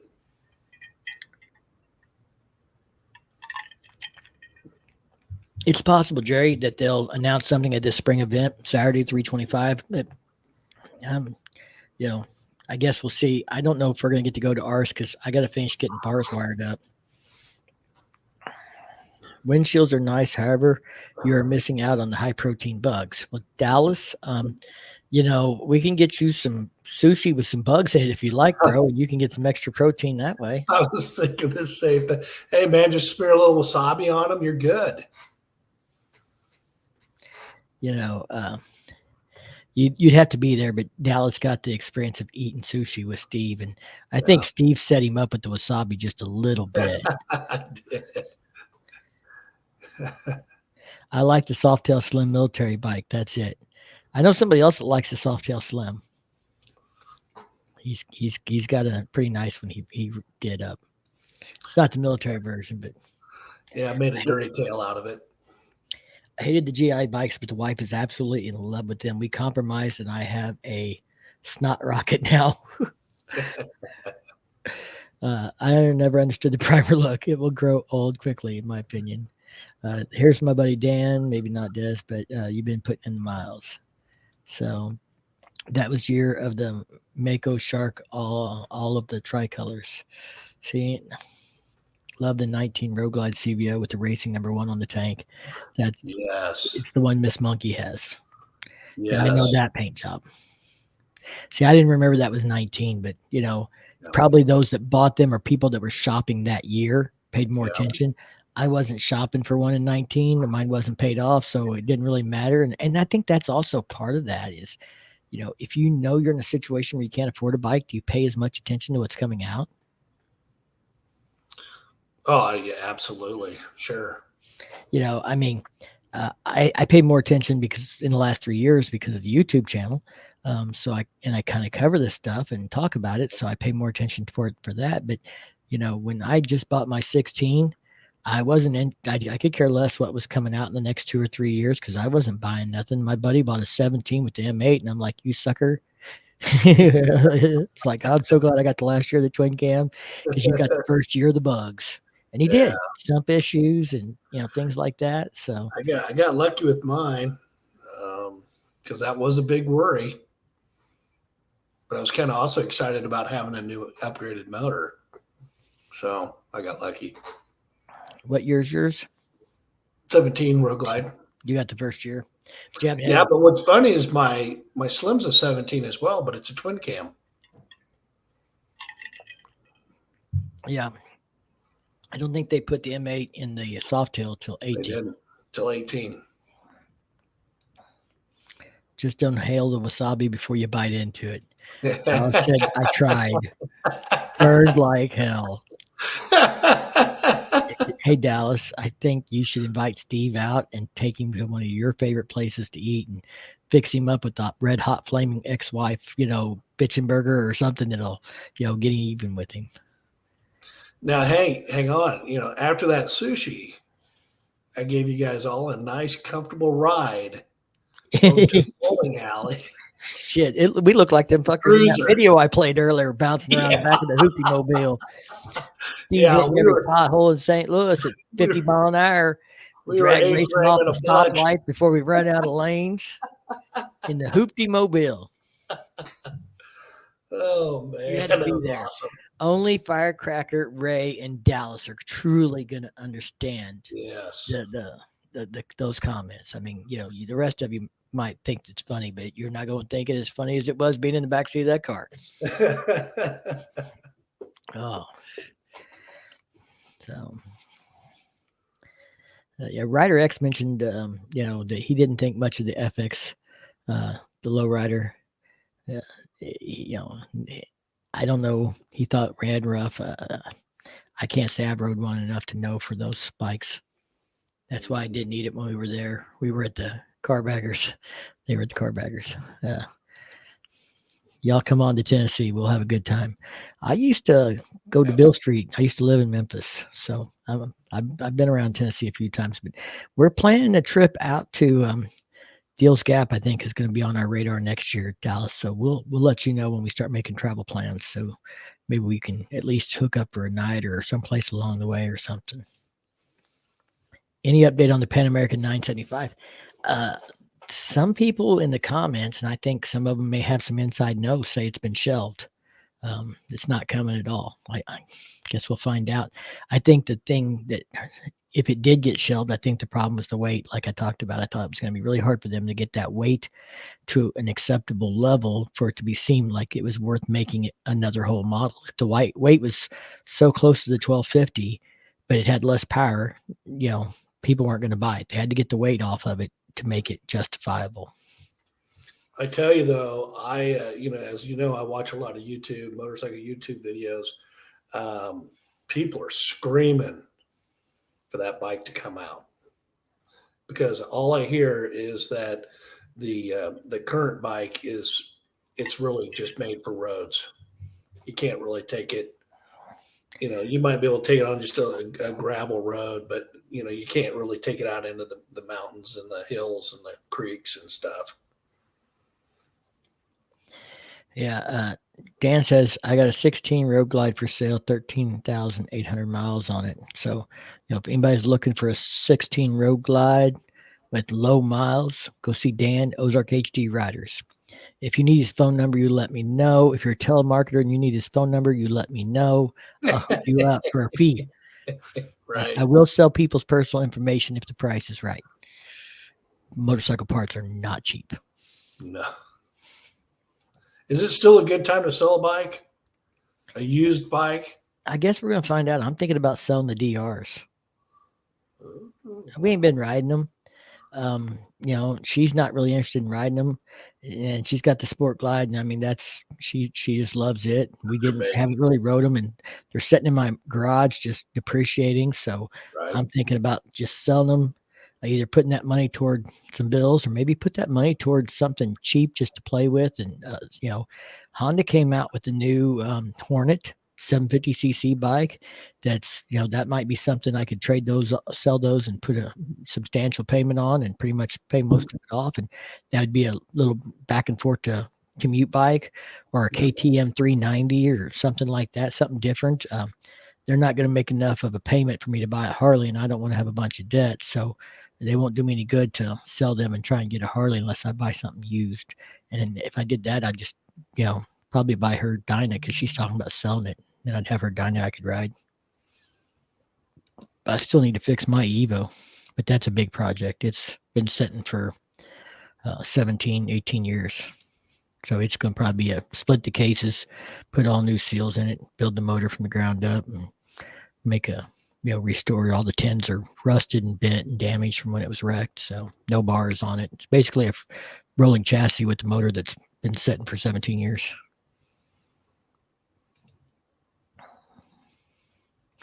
Dan's laughing at me selling these personal information. He thinks I'm kidding. Isn't that funny?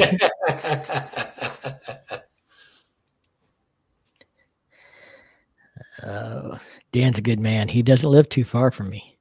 He's south of you and west of me. Test rode the new Breakout, and it was pretty amazing.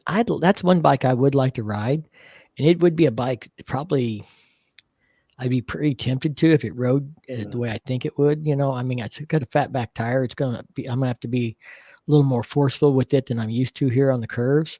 But that'd be a nice bike to ride back and forth to work. But I'm afraid, I'm still going to be in a payment with it, and I'm at the point I don't really want a payment right now. We're living where we're at for a year or two, but I want to build a house. I want to build a shop house. So that means don't go blowing a bunch of money on payments and interest. It means put money back and get some shit built. Call Dream Rides Tennessee. They can tell you what their prices are. Their used bikes.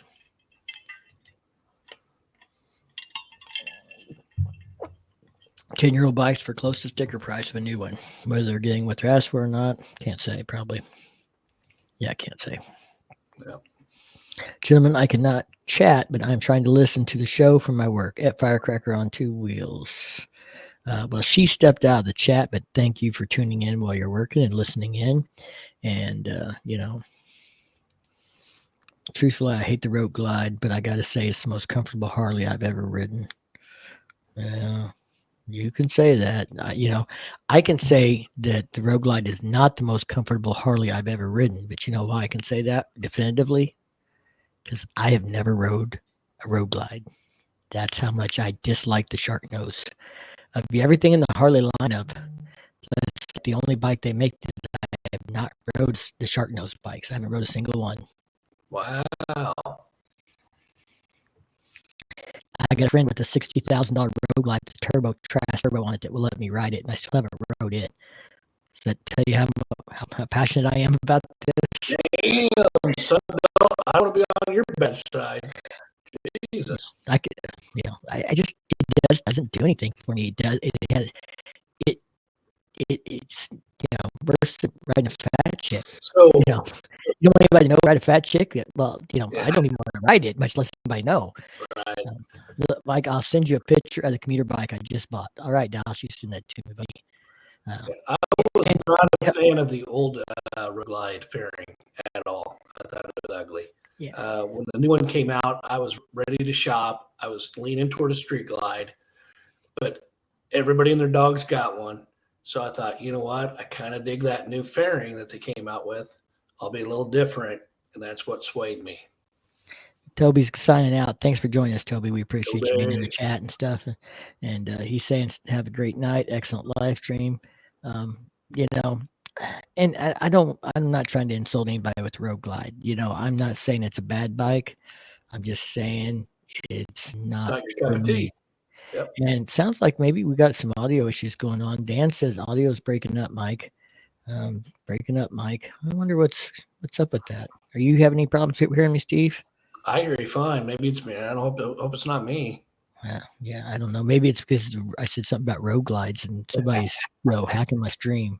That could Loved be. my Road Glide. Had a Street Glide before and thought it was great. Then I rode the Road Glide. Well, maybe I shouldn't go to the Road Glide. Maybe I won't go back. So I'll just stay away. Maybe that's my fear. Maybe I'm afraid I'll actually fall in love with it.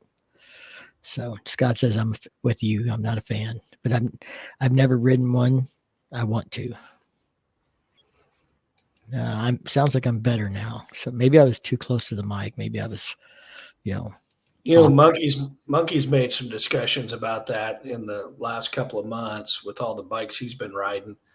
And I'll be candid. I'm kind of in his camp. I've ridden both.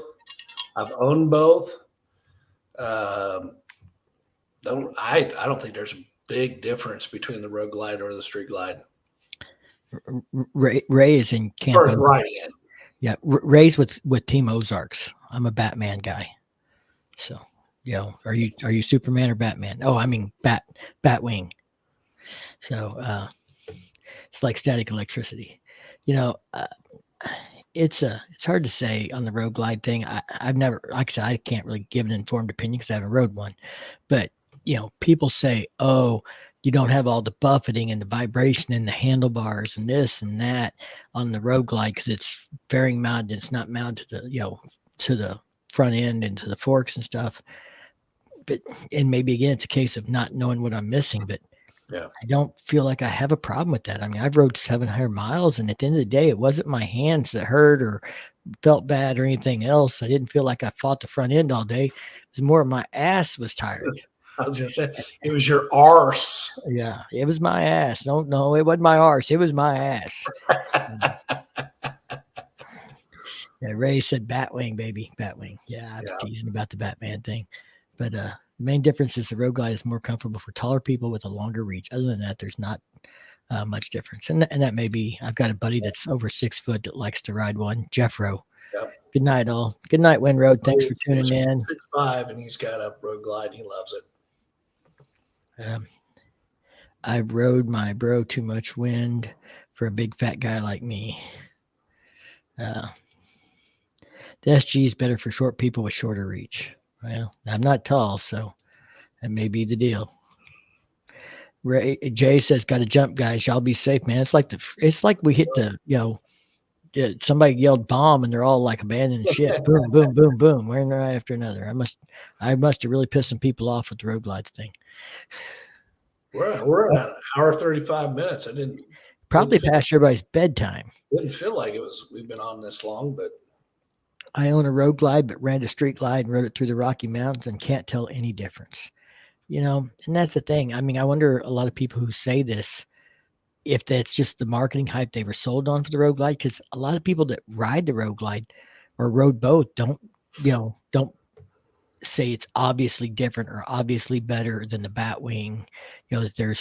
It's less vibration that really makes that difference. It seems like the people that I hear that from are people who haven't rode both, but who were told that. So they preach that because they have a Road Glide and they were told that it is better for that reason.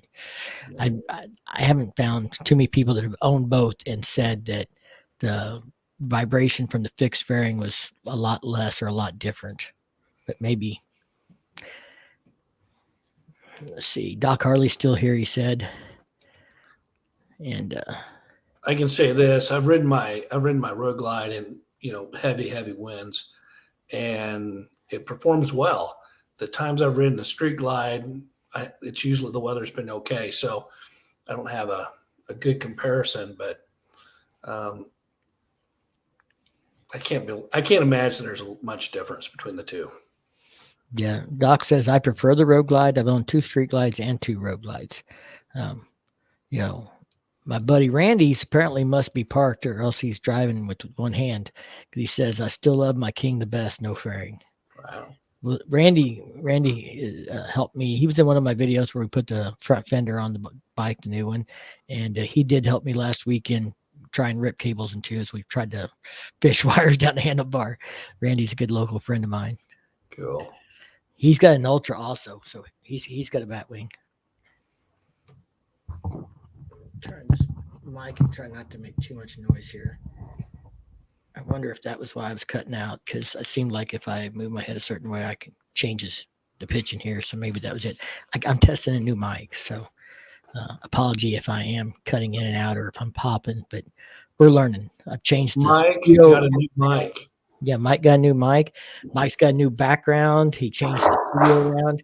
Mike put acoustic panels up on the walls here to cut down the echo. I'm trying to actually put some effort into making this better for everybody from an audio perspective. Hey, I don't have my toilet paper back in the background. Yeah, Steve's cleaning up his act. He got the light in front of him instead of behind him. He got rid of the Get my shit together. He's getting his shit together, getting his shit out of the picture. Dan's a Batwing guy.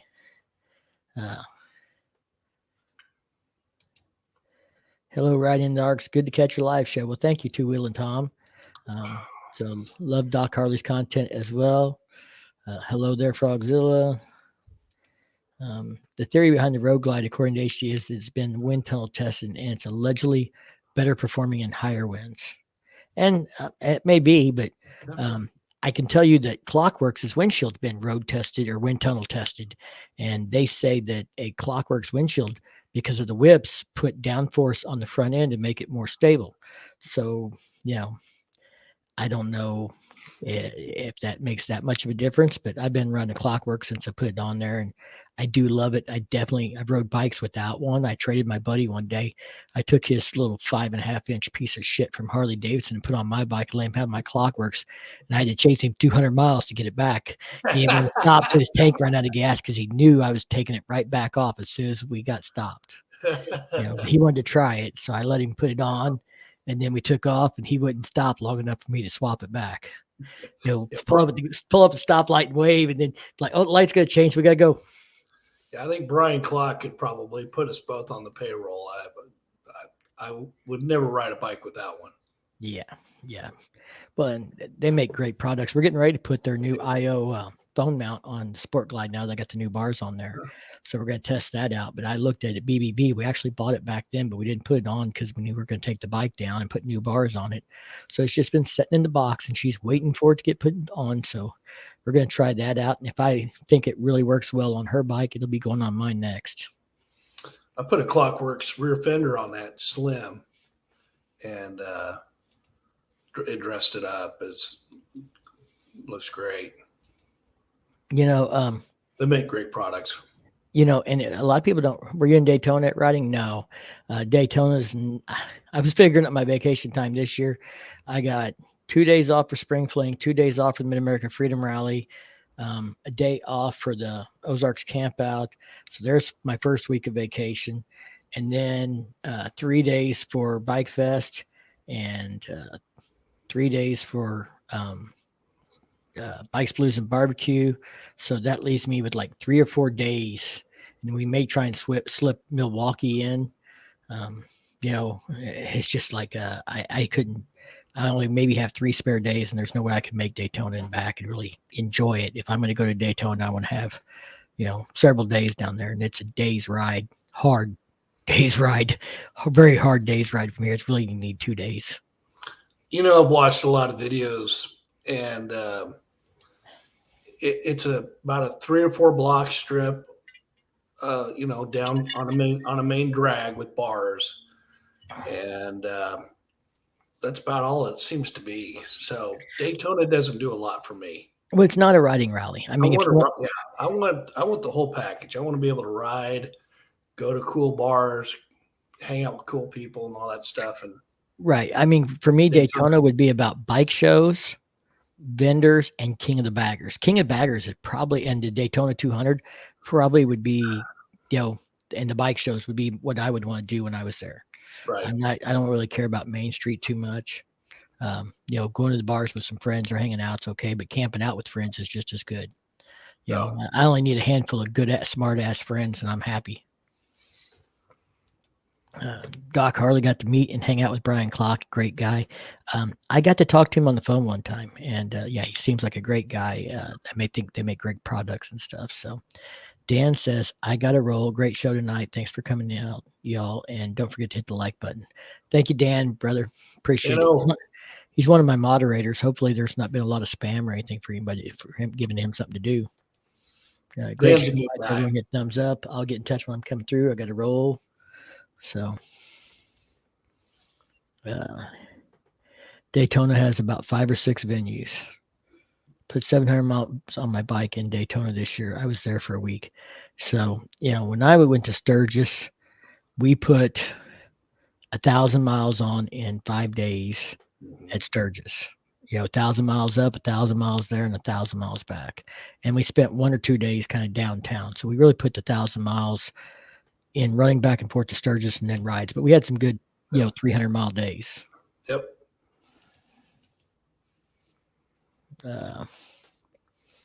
I'm typing in the YouTube side chat. I do not see anyone else here with me. Where are you pulling all these comments from?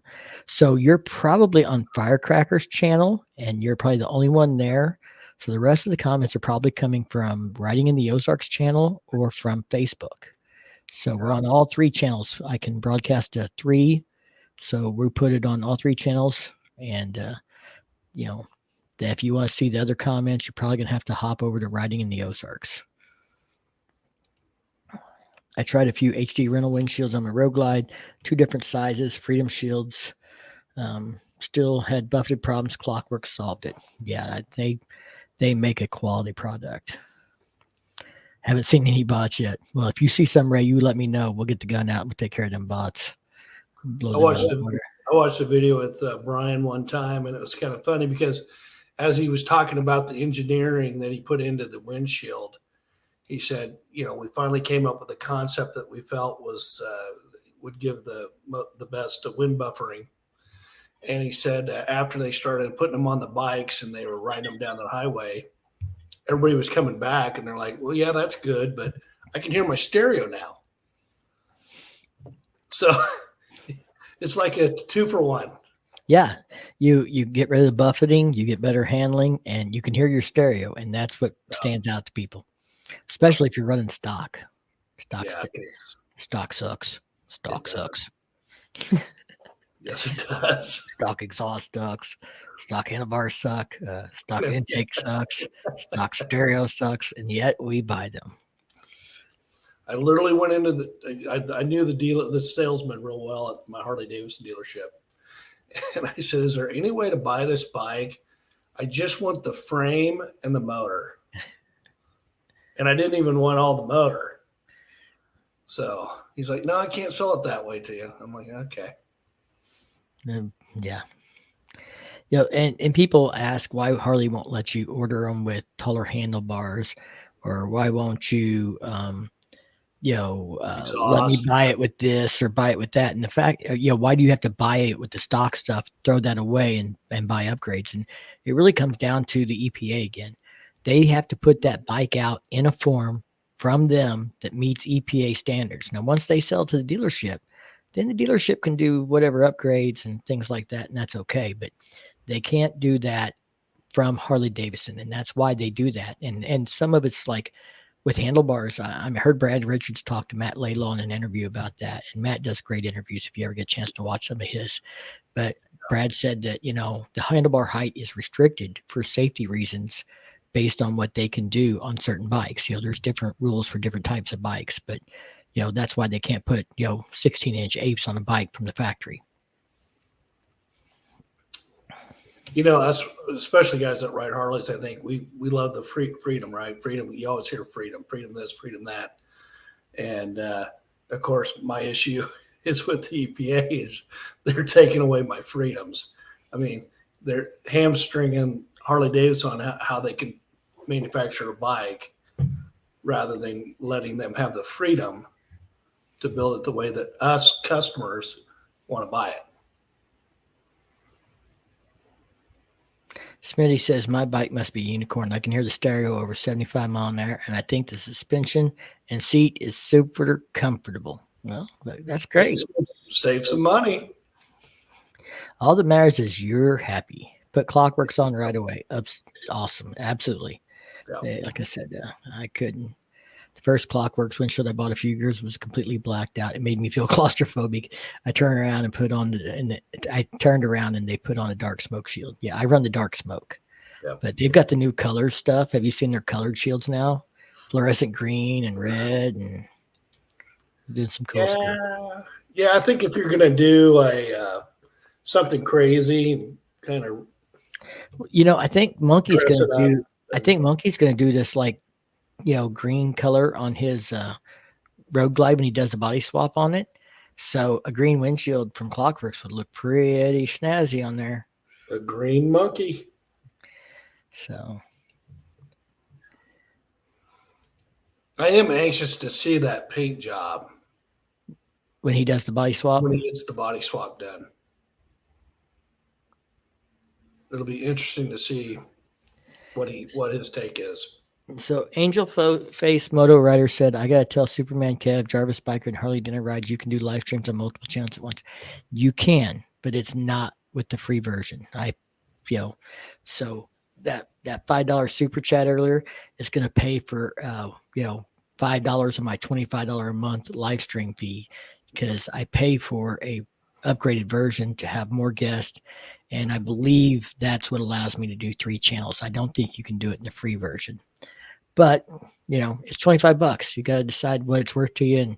And, for me, I wanted to include Firecracker's channel so that, anybody that wants to watch it there can tune in there and stuff and see her content.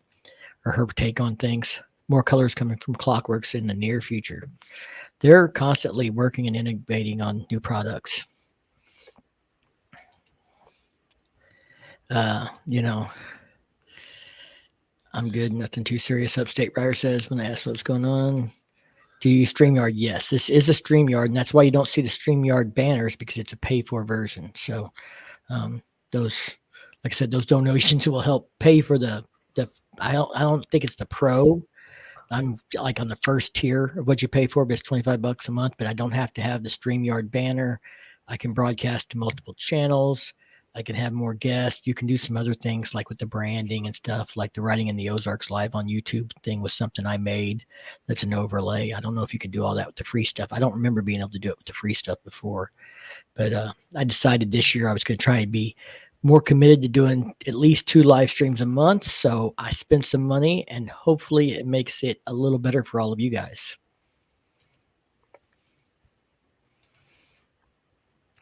This came from a 2012 V-Star to a 950 Tour. It's like going from a Ford Fiesta to a Lincoln Continental.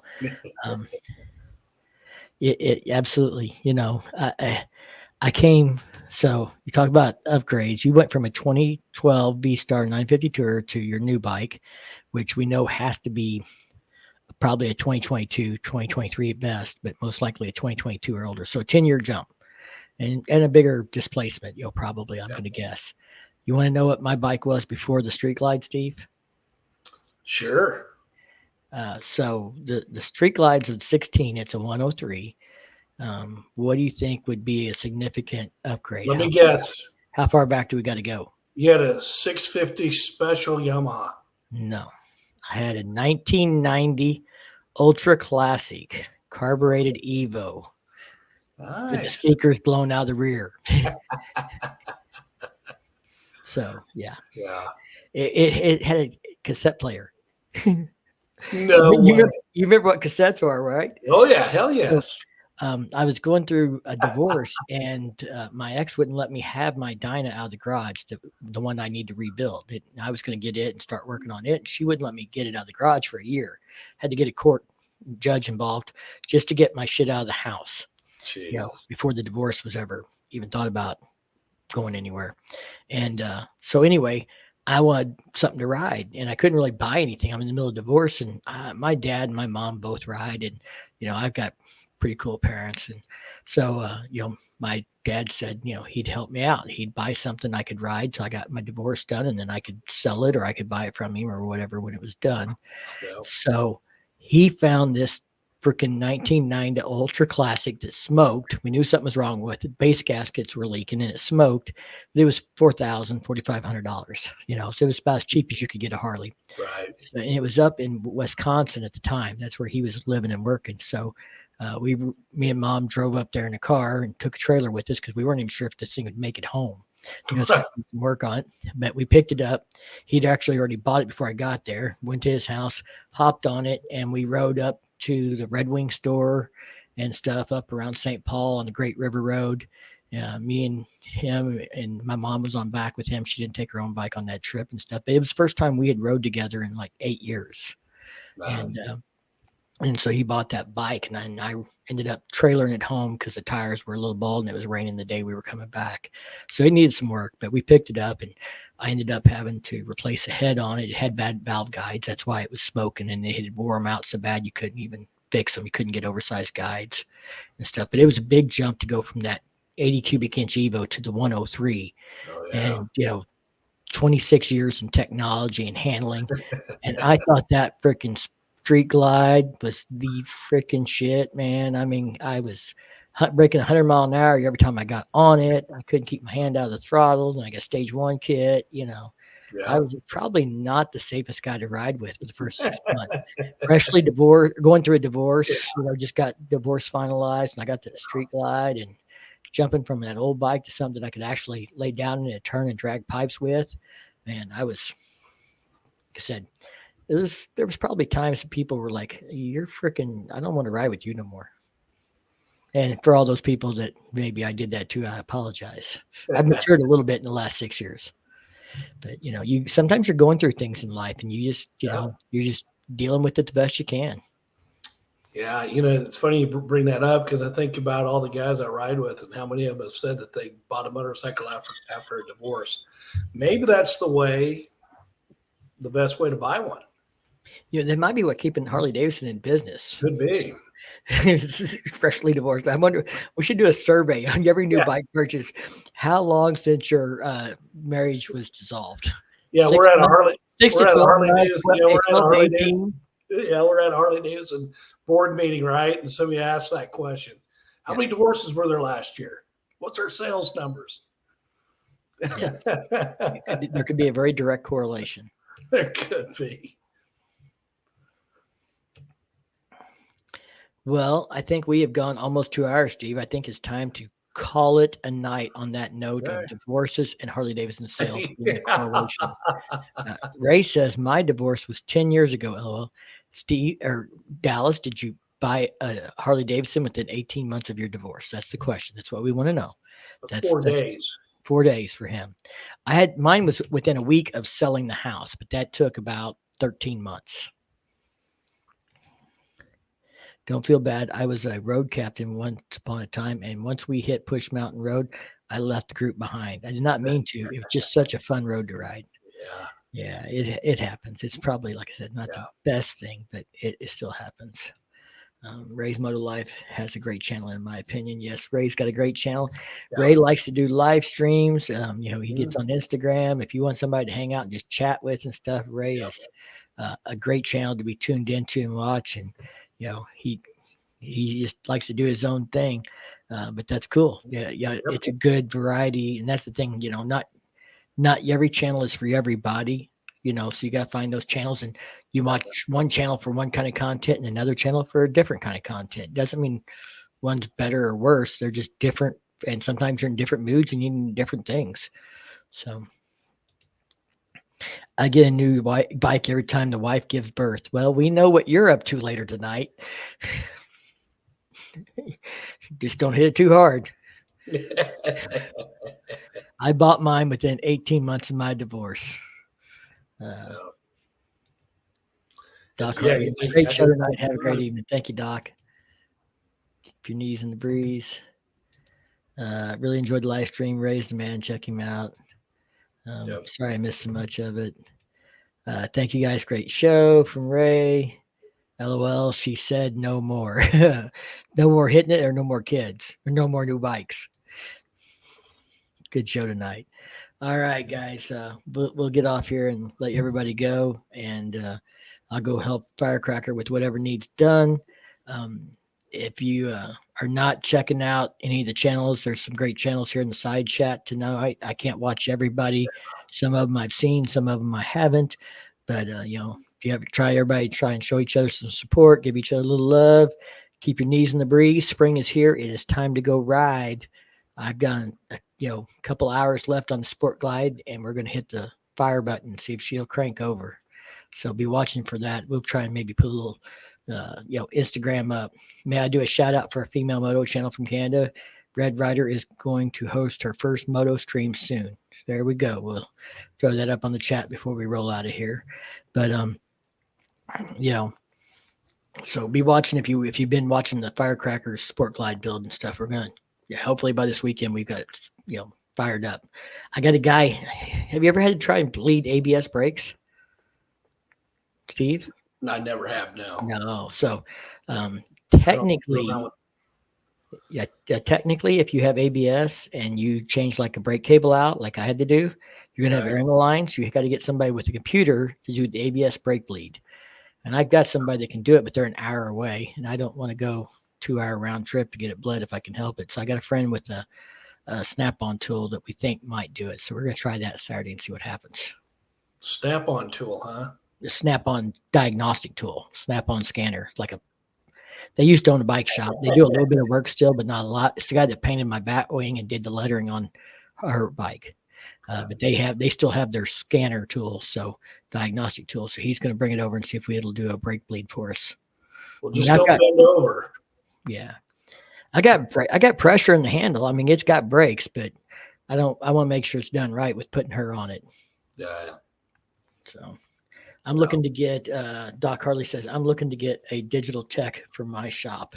Yeah. So they, HD, I think, has their thing, digital technician, they call it or something. I think that's right, isn't it, Doc Harley? But you can do them with other devices. My buddy, who's an independent bike shop, he's got a techno research that is what he uses. It's also what he tunes bikes with, and so I know they'll do it. And then my buddy with the Snap-on, we don't know for sure if it's been updated to 2020 or if it was last updated in 2018. So that's why we're not sure if his is going to work or not. But he's going to bring it to me, and I don't have to go anywhere, so it's worth a shot. Yeah.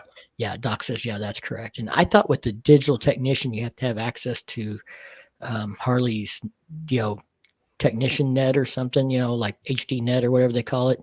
I don't know if that's right or not, but I looked into it. I know Daytona or somebody, Dayton Twin Tech or somebody makes a $500 tool where you can do it, and hook it to a computer and do it. And it also supposedly will program key fobs and stuff. So like, Steve, if you know somebody that wants to go in halves with me or something, then maybe it'll be worth getting. Right. Yeah. The Snap-on costs $4K, and every 2 years there's a $200 upgrade charge for software. Yeah, that's what they got. They said it was four or $5K, and then you have to pay for upgrades every so often. Yeah. I don't know what the other stuff costs, but my buddy's Techno Research, I know will do it, and he's got one. So worst case is next week I take it up there and get it done. Pretty sure Road Rush Nation also went to the big ass poker run last year, and I think she did a YouTube video. So yeah, she rides that Arctic Blast. She's up in your neighborhood. Yeah, I think she's north of me. Yeah, so if she makes it to the $5,000 poker run this year, you need to check her out and say hi. Absolutely. Digital Tech is $1K and free software updates. But does Digital Tech require any kind of special access to HD's stuff, or can anybody get it? That would be the question I had. That's what I couldn't find very good information about. I thought maybe it was like a dealer only thing, and you had to have access to the dealer technician site or something. She said, sure did, and I'll be there next year, which is this year, 2023. Cool. We'll see what Doc Harley says on that Digital Tech before we sign out, because I'm kind of curious. I mean, I really thought about if it was worth buying at $500, but I couldn't really justify it for just one brake bleed job. But I probably need to do it on my Street Glide, and more and more bikes are going to come with ABS. More and more my friends are going to need it. So yeah, not everyone can get it. I have a guy that gets it, that's getting it for me. Yeah, that's kind of what I thought. It's not something they sell to the public. So well, I'm glad you're getting it, Doc Harley, but I don't think that's going to help me out this weekend. But in the future, we know a guy. All right. And if you guys don't know Doc Harley, he's got a channel. He's been doing a 131 build. So you might be interested in that kind of stuff. You might want to check him out. Can't you just pull the ABS fuse?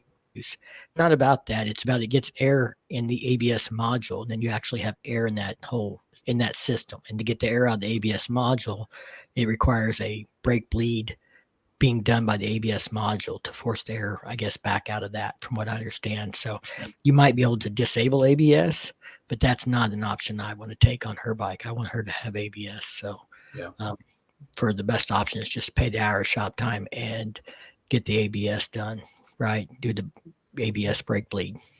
Yeah, you need to open the ABS. So, all right, guys, thank you all so much for joining in. Appreciate everybody checking out the stream, hanging out with us tonight, and just being a part of the community. Y'all take care. Steve, I appreciate you hanging out with me. And brother. I guess we'll try and do it again here in a couple of weeks before we get down to spring fling. That sound good? Sounds awesome. Let's do it. All right. We'll see you all later. Y'all have a great evening, and take care, stay safe, and keep on riding.